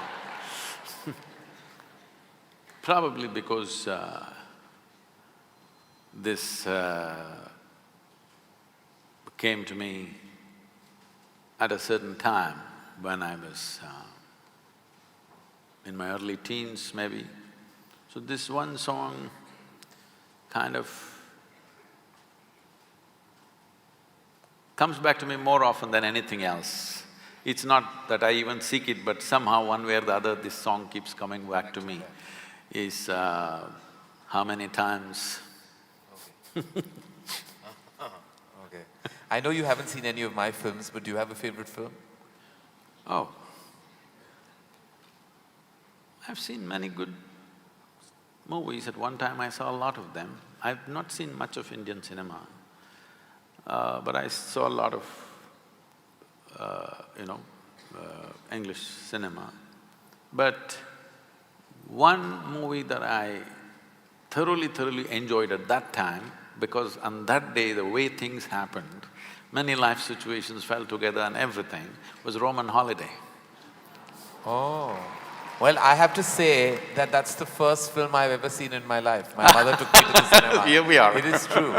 Roman Holiday is the first film I ever saw. It was my introduction to the big screen. I'm glad I have something in common with you. That image of Audrey and Gregory Peck is somehow just stayed with me. Wonderful. It was probably my age. Yeah. It must have been. Something you enjoy doing and wish you had more time for? I wish I had more time, because I made myself like this, that there is nothing that I enjoy or do not enjoy. I make sure I enjoy everything that I do, including simply sitting quietly or talking to somebody or doing whatever, because my activity is not limited to one area, so many things. If you did not enjoy everything that you do and do not do, you will go insane trying to manage so many things. But I will not go insane, because I enjoy being alive. Activities, anything is okay.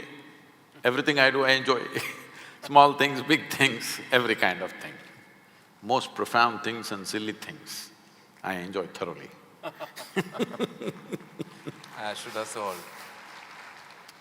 Lastly, in a biopic made on you, who would play you? But who would make a biopic first of all? No, there would be lots of interested people. Maybe you should animate. I don't think you would want that.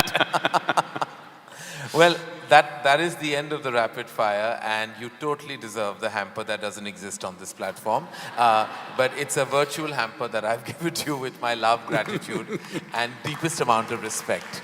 Thank you.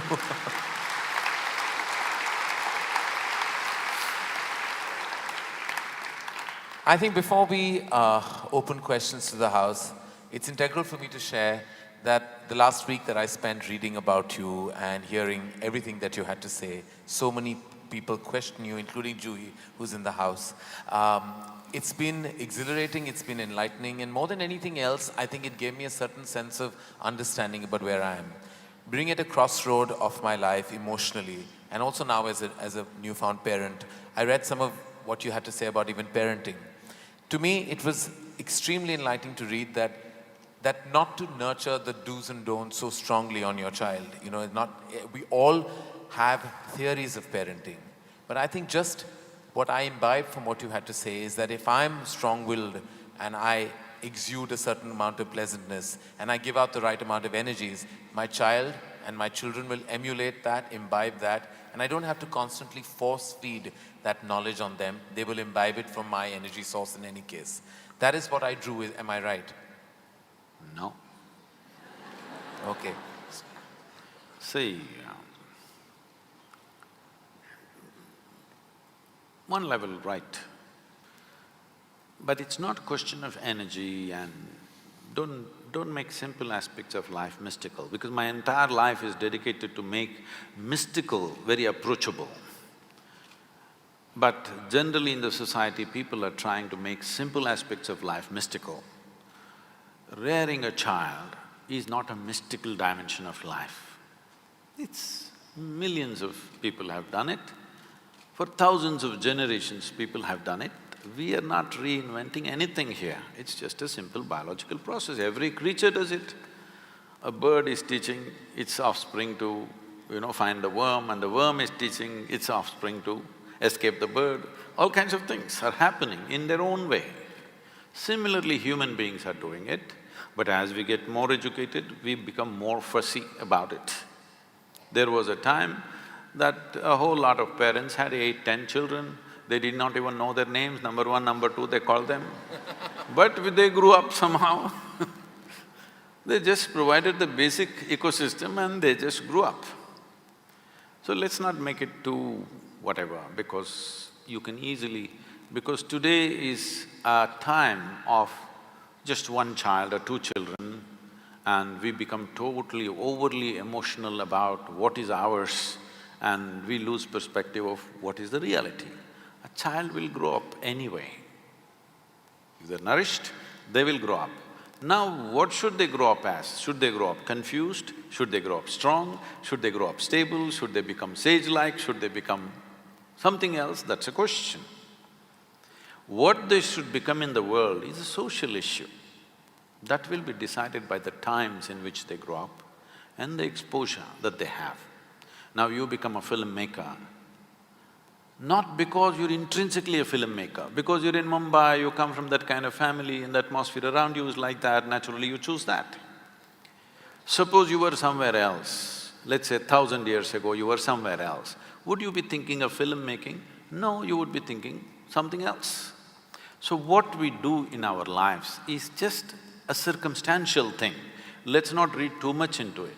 The question is, when we have children, how complete and joyful and wonderful are they? Because every life is aspiring not to do this or that. Every life is aspiring only to become a full-fledged life, that's all. Whether it's a worm, insect or plant or tree, they're only aspiring to become a full-fledged life. There is no other aspiration in life, including ourselves. Only problem with the human being is, we know what is a full-fledged worm, we know what is a full-fledged mango tree, but we don't know what is a full-fledged human being. This is the only problem. My work is just this, to make people perceive, not understand. You must understand the difference or the distinction between perceiving, experiencing and understanding. Not understand, but perceive and experience what it means to be a full-fledged human being. And that's all that must happen to your children and every other children, every other child on the planet. What should happen? They must become full-fledged life, that's all. For this, they need an ecosystem and nourishment, not teaching from another time, because you belong to another time, you're past. You may not like it, I'm not saying as a director you're past, I'm saying in terms of time compared to your children, you're past, okay? So, one important thing that we need to do when we have children is not to help them not to get overly identified with us. This is to make an investment, heavy investment, child means, but not expect any return. This is difficult for a stock market world, how to make an investment without return. But this is what bringing up a child means. You want to make a heavy investment, no return expected. This is all. If you want to… because I've… in raising my girl, I won't go into the lengthy affair, but I made sure nobody teaches her anything, nor did I teach her anything. No 1, 2, 3, no ABC, no Mary had a little lamb, because I don't care whether Mary had a lamb or not, you know. People said, Sadhguru, the way you're bringing up this girl, she won't know how many fingers she has.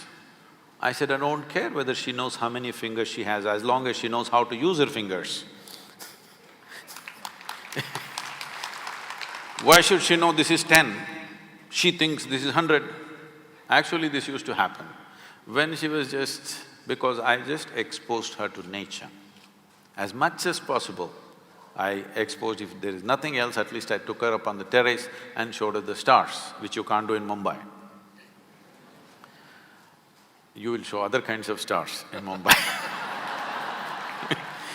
So, she would look up at the sky and say… she would call me by name, first name, and say, Jaggi, 10 stars. Because in her mind the biggest number is 10, somewhere she heard 10. Yeah. So she didn't say million, she said 10. I said, yes, 10. What is the problem? Whether 10 stars or 10 billion stars, what is your problem? You think you're very knowledgeable because you know there are 100 billion galaxies. In what way does it matter whether there are 100 billion or there are none? What way does it matter? Because you are not seeing stars, you are only seeing the reflection in your mind, isn't it? If you spend time to know the nature of what makes you experience all this. So, she asked me once something, so I just told her just this is all you need to know about life. Never look up to anybody. She looked at me like this. I said, not even me, because the value of me will be completely lost the day you look up to me. You must look at me just as I am, then you will see immense value for who I am. If you look up to me, you will miss everything and one day you want to hang me on your wall. As you did to everybody else, to Rama, Krishna, Buddha, Shiva, everybody, you hang them on your wall, you will hang me also on your wall. You will miss the entire value, you missed all those guys. Now you will miss me also. You must look at me just the way I am. Never look up to anybody, never look down on anybody, this is all.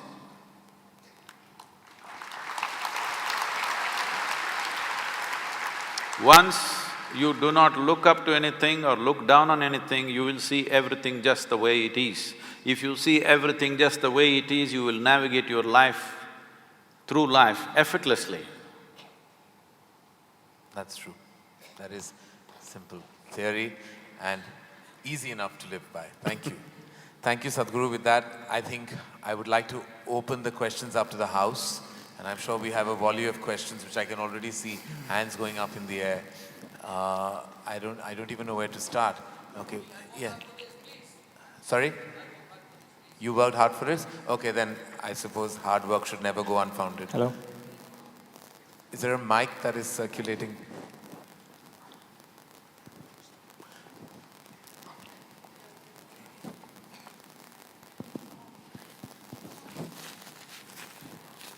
Okay, you can shout it. Yeah, you seem, if you have worked hard, you can scream loud. Yeah, there you go. Namaste Sadhguru and hi, Karan Johar. I'm 31, I've kept myself single all my life so that I could accomplish. No, you should go back there, it doesn't come to me, the sound. Yeah. My name's Rishabh, I'm 31. I've kept myself single all my life so I could accomplish something big. And you of all people should know how important and difficult it is. Important because to accomplish something big, if you're single, it helps without added responsibilities on your shoulders. And difficult because… I know you're trying to speak from your heart, but microphone works best here. I just didn't want to be too loud. Okay. And difficult because, you know, India, they keep asking you why you're still single. I would like to space dive, and I've talked to a million people about this, and I've knocked on 100 doors to turn down every single time, including the doors of ISRO. Can't get a thing. Including the doors of ISRO. And they said they don't have enough funds. It's a very long question and we have not heard most of it. What? I can't hear a thing actually, I'm feeling incapable. What is your question, sir? Okay, so my question is, I would like to space dive. You would like to space? Space dive. So it's basically going all the way up to space. You want to go to space? Okay. And diving from there. Okay. And dive what in space? It's a space dive. Space dive? Yes. Oh, you want to space dive? Yes. Okay. So, and the thing is, I've knocked on 100 doors only to be turned down every single time because even ISRO turned me down saying they don't have enough funds. Space dive is important because India has gone leaps and bounds forward in space technology, but in the human space technology, it's way back. My question to you, Sadhguru, is, my biggest weakness is I like to live in danger. My question to you, Sadhguru, is where do I find an organization that will help me with the discipline, yoga and meditation, that will help me with this? And where do I find a person, most preferably a movie director, they'll fund this project, understand the importance of it, understand the importance of this project, that India needs a human space program, fund it, and make a movie out of it which has less drama, less songs, and more of how a person struggles to get the mission accomplished. Okay. And get Okay, we rich. got the question. You took a long time to get to the question, but… He wants to space dive, he wants me to make a movie, he wants to help. No, make you he help wants him. money. He wants money. My dearest 31-year-old, that's all I heard, that you were 31. If I had money, the last thing I would do is give it to you to space dive. There's many things that I would do with that money, and yours is not on my bucket list. But would you like to answer his space diving? The day after tomorrow, that's on 5th. Day after tomorrow is… I'm sorry, tomorrow is 5th. Tomorrow evening. Tomorrow evening, I'm at the ISRO at Sriharikota for the launch. Let me see if I can attach you to the rocket. Yeah.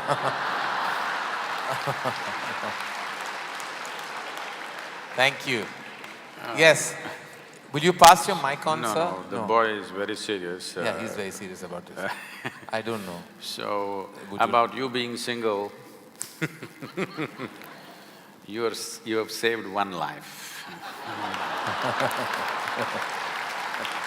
Yeah. And I want to tell you, whether you space dive or you don't dive or you nose dive, all of us are born single and we die single. In between what drama you do is up to you. So you want to do a single act or a double act or a multiple act, it's up to you. But essentially, we are born single and we die single. And if you want to space dive, this is comic book stuff. It means nothing. Do not waste your life. You're a young man.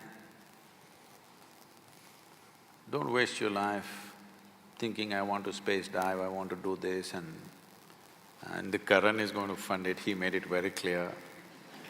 He has other ideas for his money, and I'm glad. Well, you get married, that's like space diving. It's the same thing. You don't know where you're going, you're just diving. Yes. That's true.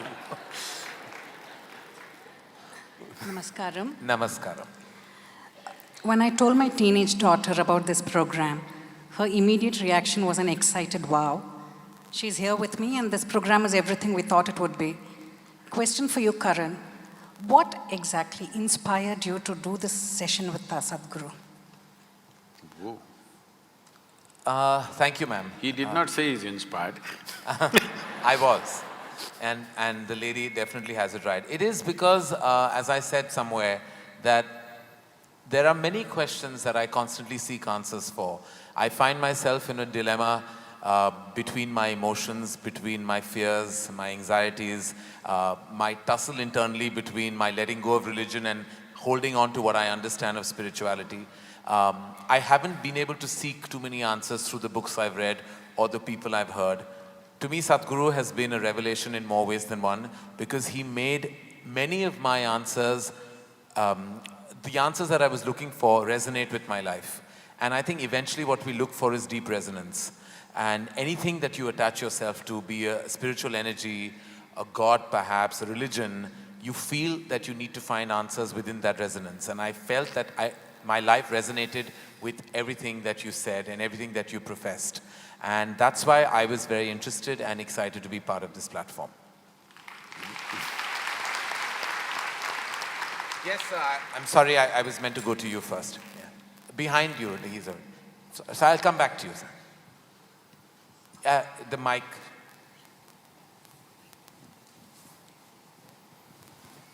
Thank you. Namaskaram, Sadhguru. Hello, Karan. Hi. There are two questions. If the first one is answered, I don't need the second one's answer. There's a request. Can I please get a hug from you, Sadhguru? Hey, why don't you try him?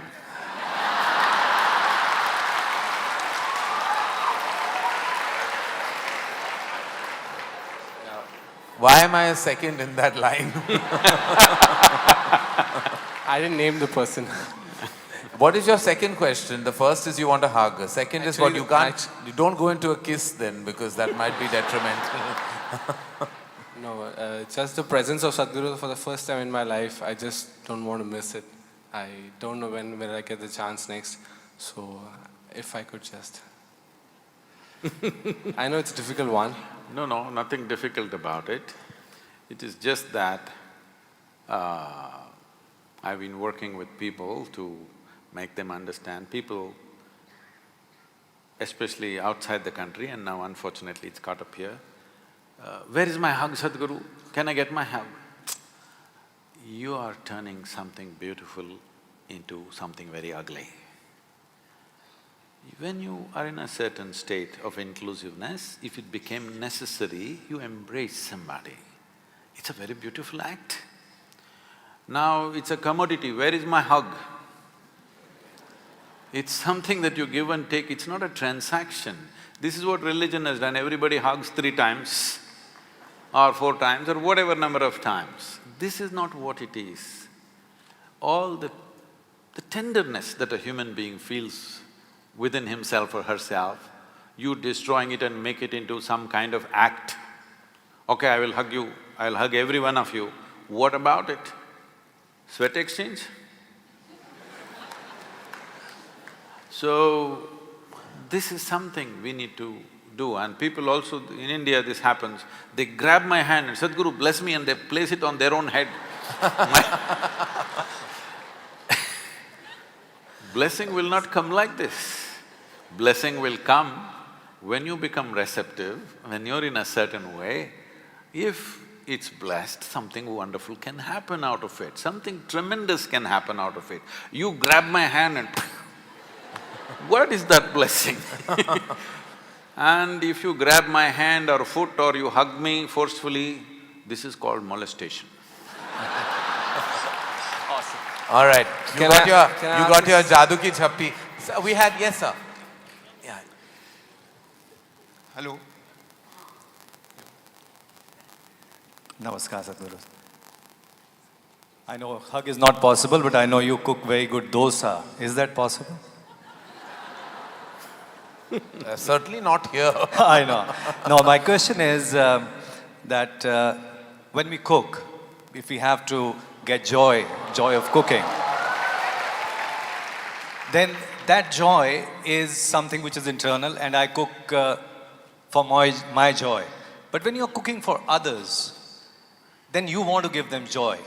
And at times there's a conflict. Who should win? This is for him. No, no. No, it's for sir. you. I have different things on my menu.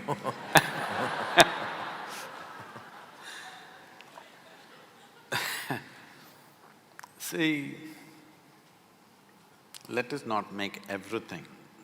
This is the most fundamental thing of what's being spiritual, or spiritual process means just this.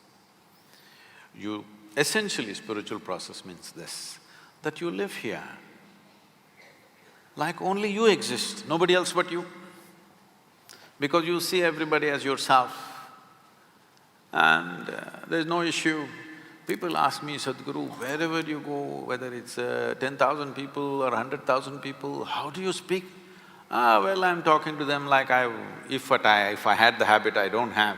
If I had the habit of talking in front of my mirror, how I would speak to myself, that's how I'm speaking. There is no… what I'm doing is not some kind of oratory or discourse, I'm just talking like I would talk to myself because I don't see anybody but myself. So, spiritual process means just this, that in some way you became all-inclusive. In your experience, you became all-inclusive. So, one thing that has disappeared from your life is comparison and competition. Comparison starts and then it transforms itself into competition and then it goes into ugly things. So even for something as alive and beautiful as joy, joy is Joy is the most important aspect of your life, you know. That is, joy means your experience of you being… your existence is fantastic. Your experience of your existence has become beautiful. That's why you're joyful. Now, I'm not joyful because I make the best dosas, not you, okay? Not because I make the best dosas, nor will I be super joyful because I eat whatever the best things that you cook. Before I come into your restaurant, I'll be very joyful. If you make something good, I will eat joyfully. If you make something good, very joyfully I will push it aside. But with your good cooking or bad cooking, you can't steal my joy, nor can you give my joy. I want you also and everybody in the world to become like this, that somebody else cannot determine what happens within you. Because… Yes, ma'am. You are calling fundamental sense of slavery that you get into with beautiful names. This is dangerous. So, anyway, people are saying wonderful things about your cooking. They've not said anything about you, but they've said wonderful things about your cooking. I would like to eat one day. I don't know if I can afford it, but Yes, ma'am. We get a mic for you, ma'am. Namaste Sadhguruji.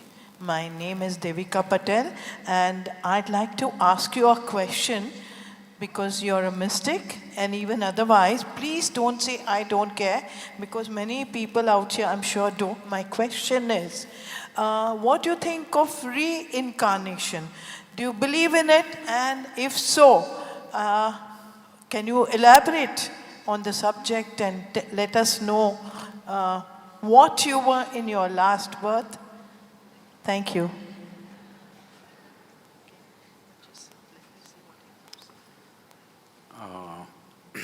now you already put strictures on me as to what I should not say.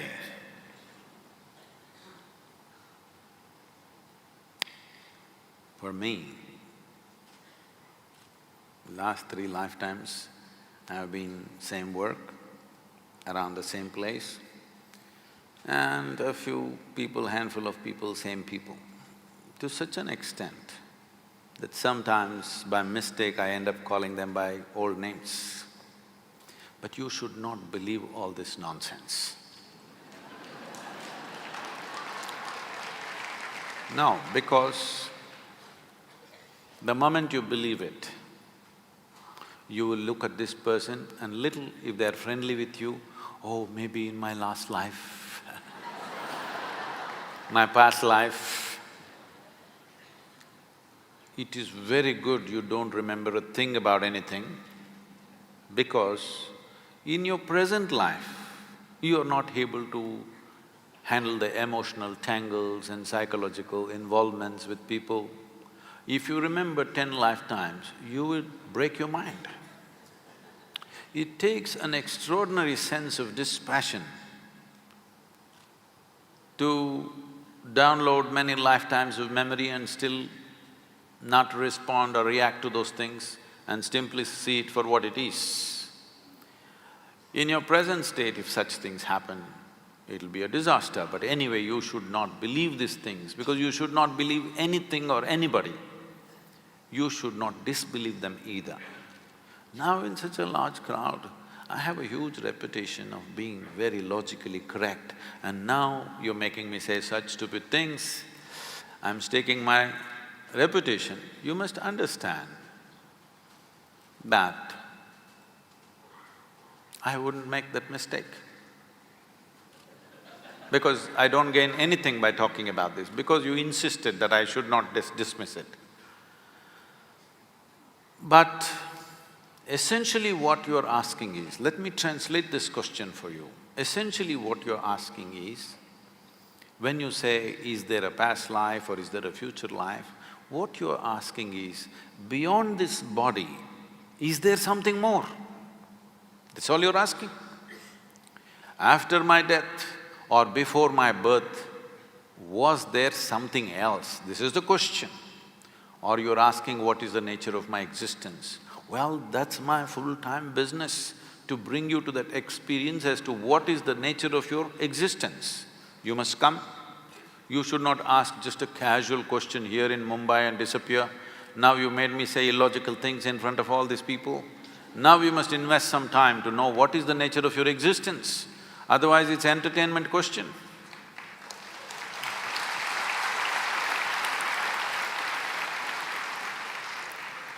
I don't know, you have a color you like? Don't ask.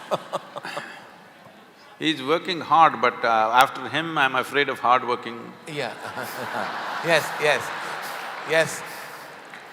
Hardworking in blue. No, we'll get you a mic. We have just 2 questions after this gentleman. Yeah, I'm going to get there, right there. Namaskaram, Sadhguru. Please somebody give a mic to that lady who's up there with her hand up after this boy is over. Yeah. Pranam, Sadhguru.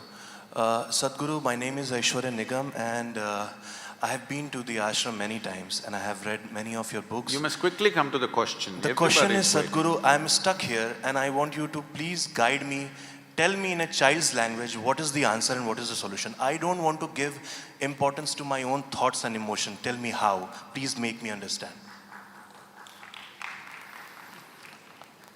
I don't know when will I get this mic again.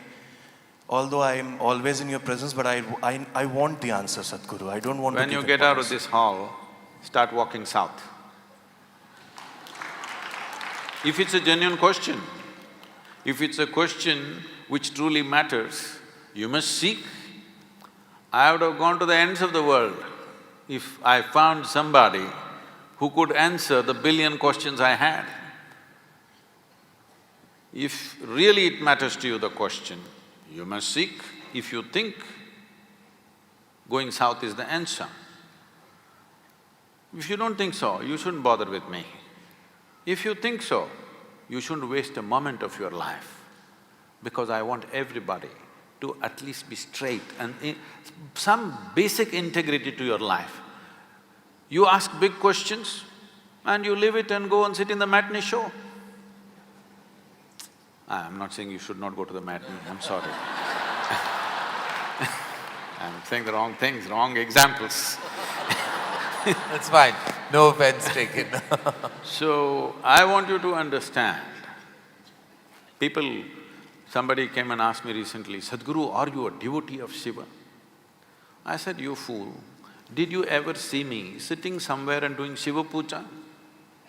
Did you see me? My entire bloody life, I've invested in you, all right? There is nothing else I do except constantly seeing how to raise people to the next step. And you are asking me, I'm a devoted to somebody, I'm bloody devoted to you and you're not seeing it? So, when you ask this question, I take the question seriously, I believe you're genuine. But then you go and get drunk today evening. I am not against any of those things, a matinee or drink or this or that. All I am saying is, you must have some integrity to your life. When you ask a big question, you must make the investment, isn't it, of time and energy? You must invest life. Because to bloody answer this, I've invested my entire life. Yes. Sadhguru, you had pointed out there was… Yes, to the lady right at the back. Right at the back. I have a question. One moment, sir. We're just going to the lady and then we'll get… who's that person? Sure. She still doesn't have the microphone, he's on already. Okay, you're on the mic. All right, go ahead. Namaskaram, Sadhguruji. My question is, what can be the greatest change one can bring to our life to make it more blissful in this birth? You got to change. You have to… You got to change, I You said. got to change. There's nothing else. You think by doing something else this will become blissful? No. This one has to change to become blissful. Yes, the lady. Has she got the mic? Yes. Just reaching you, ma'am. Namaskar to one and all. So my question is, I get very attached easily, and now I feel I'm very attached to my responsibilities. So how do I break this bondage? And if I really want to do something for myself, not for anybody, just to feel the joy that I've been listening to you, if I want to really, really feel that joy, how do I break the bondage of responsibilities and move ahead? And how do I overcome my attachments?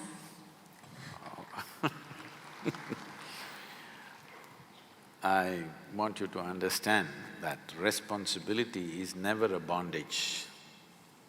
Responsibility means you chose to respond to something wholeheartedly. So it is never a bondage. And how is it opposing your joy? I don't understand. Because to what extent you have the ability to respond, only to that extent you know life. If you lose your ability to respond, you become dead. In fact, somebody is dead means they've lost all ability to respond, that's all it is. So, don't ever think your responsibility is stopping you from being joyful. If you had no responsibilities, many of you would be freaked to madness.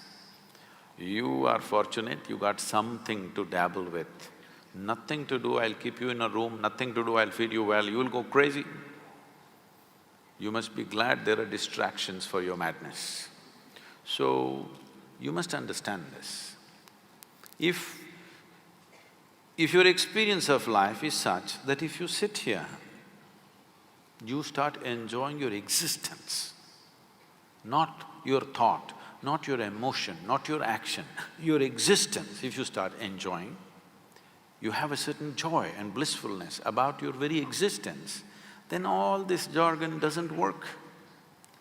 If that one thing has not happened to you, you are in a desperate condition, you have to do a million things to know a little bit of pleasantness.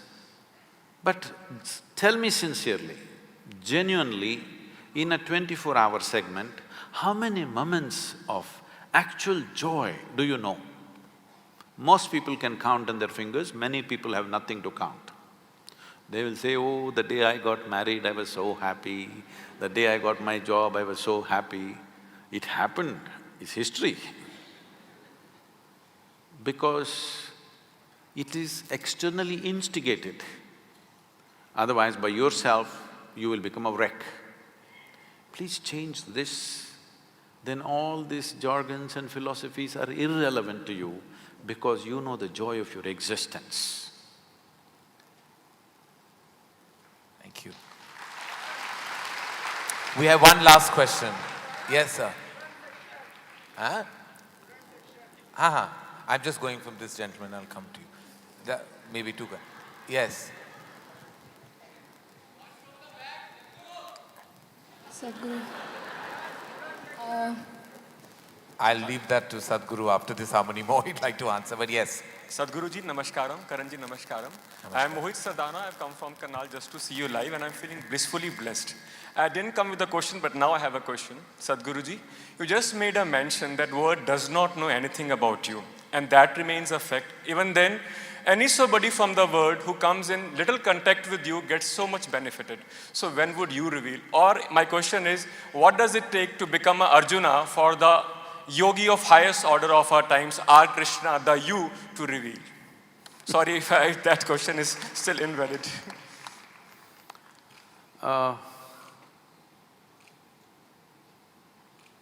This is difficult to articulate without sounding all wrong. Because see, everybody is working or everybody is trying to live their life with different frames that they have created for themselves. You can call this mindsets, you can call this framework, you can call this family, you can call this society, you can call this ethics, morals, ideologies, whatever. These are all frameworks you created. But you understand, a frame means you are putting a self-imposed limitation upon yourself. I can understand. He being a director, producer, he's thinking of frames because he's thinking of capturing something for doing something else. I'm asking you a simple question. Do you want to capture this life or do you want to experience this life? Hello? You want to experience this life. You're here to experience this life and know the reason. Everything else is secondary. When I say life, when I use the word life, most of you will think, oh, my work, my family, my home, my car, my dog. That's not life. These are all accessories to life. You added all these accessories believing that with these accessories your life will get enhanced. But your money, your wealth, your family, your relationships, these are all just accessories, isn't it? The real thing is here, never experienced. So, to first make somebody… there are many wonderful people around me. This is the biggest wealth I have. I have some truly, absolutely fabulous people around me all the time. They won't let me pass through a single day without tears of joy, love, ecstasy. Without witnessing this, a single day won't pass for me, no matter which part of the world I'm in. I don't think there's better wealth in the world, in the physical world, in the human societies than that constantly you're surrounded by people who are shedding tears of love and ecstasy. Having said that, their experience might have become beautiful by being in a certain presence, by realizing a few things, but still, they still have frameworks. Because very few individuals have the sense of… a total sense of abandon to be here without framework. As long as you're with the framework, we can add one drop here, one drop there, one more drop means it'll break. So in my life, if by the time I fall dead, if I can share maybe 1 or 2% of what I have known, I think I'm very fortunate because I'm still looking, I've not given up on it. There can always be 1 or 2 individuals who will come up. We have been working on them, preparing them so that somebody can exist here without any sense of frames, without any sense of what will be lost. There are many people around me who, in every action that they do, they're not saying it verbally, in every action that they do, they show that they're willing to die for me. I keep reminding them in 1,000 ways, dying for me is not the answer. That you are willing to allow this life to happen in full flow. This is where the answer is, because only if you are a full-fledged life can I share what's happening within me. Otherwise, I'm talking about extending your frames, giving you a different frame which is more difficult to manipulate. But totally undoing the frames will need this, that you are a full-fledged life. When I say a full-fledged life, right now you have invested too much in your thought, too much in your emotion. You look up to something, you look down on something, you like something, you dislike something. In this state, it cannot be done. I'm working on people, lots of them, and I'm also scanning the world because there could be anybody somewhere, because that will be a blessing, not to me, but to the world. If there can be human beings, not one, if there can be 1,000 human beings on this planet, or if there can be 10,000 human beings or 1,000,000 human beings, who are just life. No bull, just life. Because this is the only thing that you're aspiring for. You may think you want money, you may think you want pleasure, you may think you want something. No, you are only wanting to having a larger slice of life somehow, isn't it? That's all there is. Because that is all there is.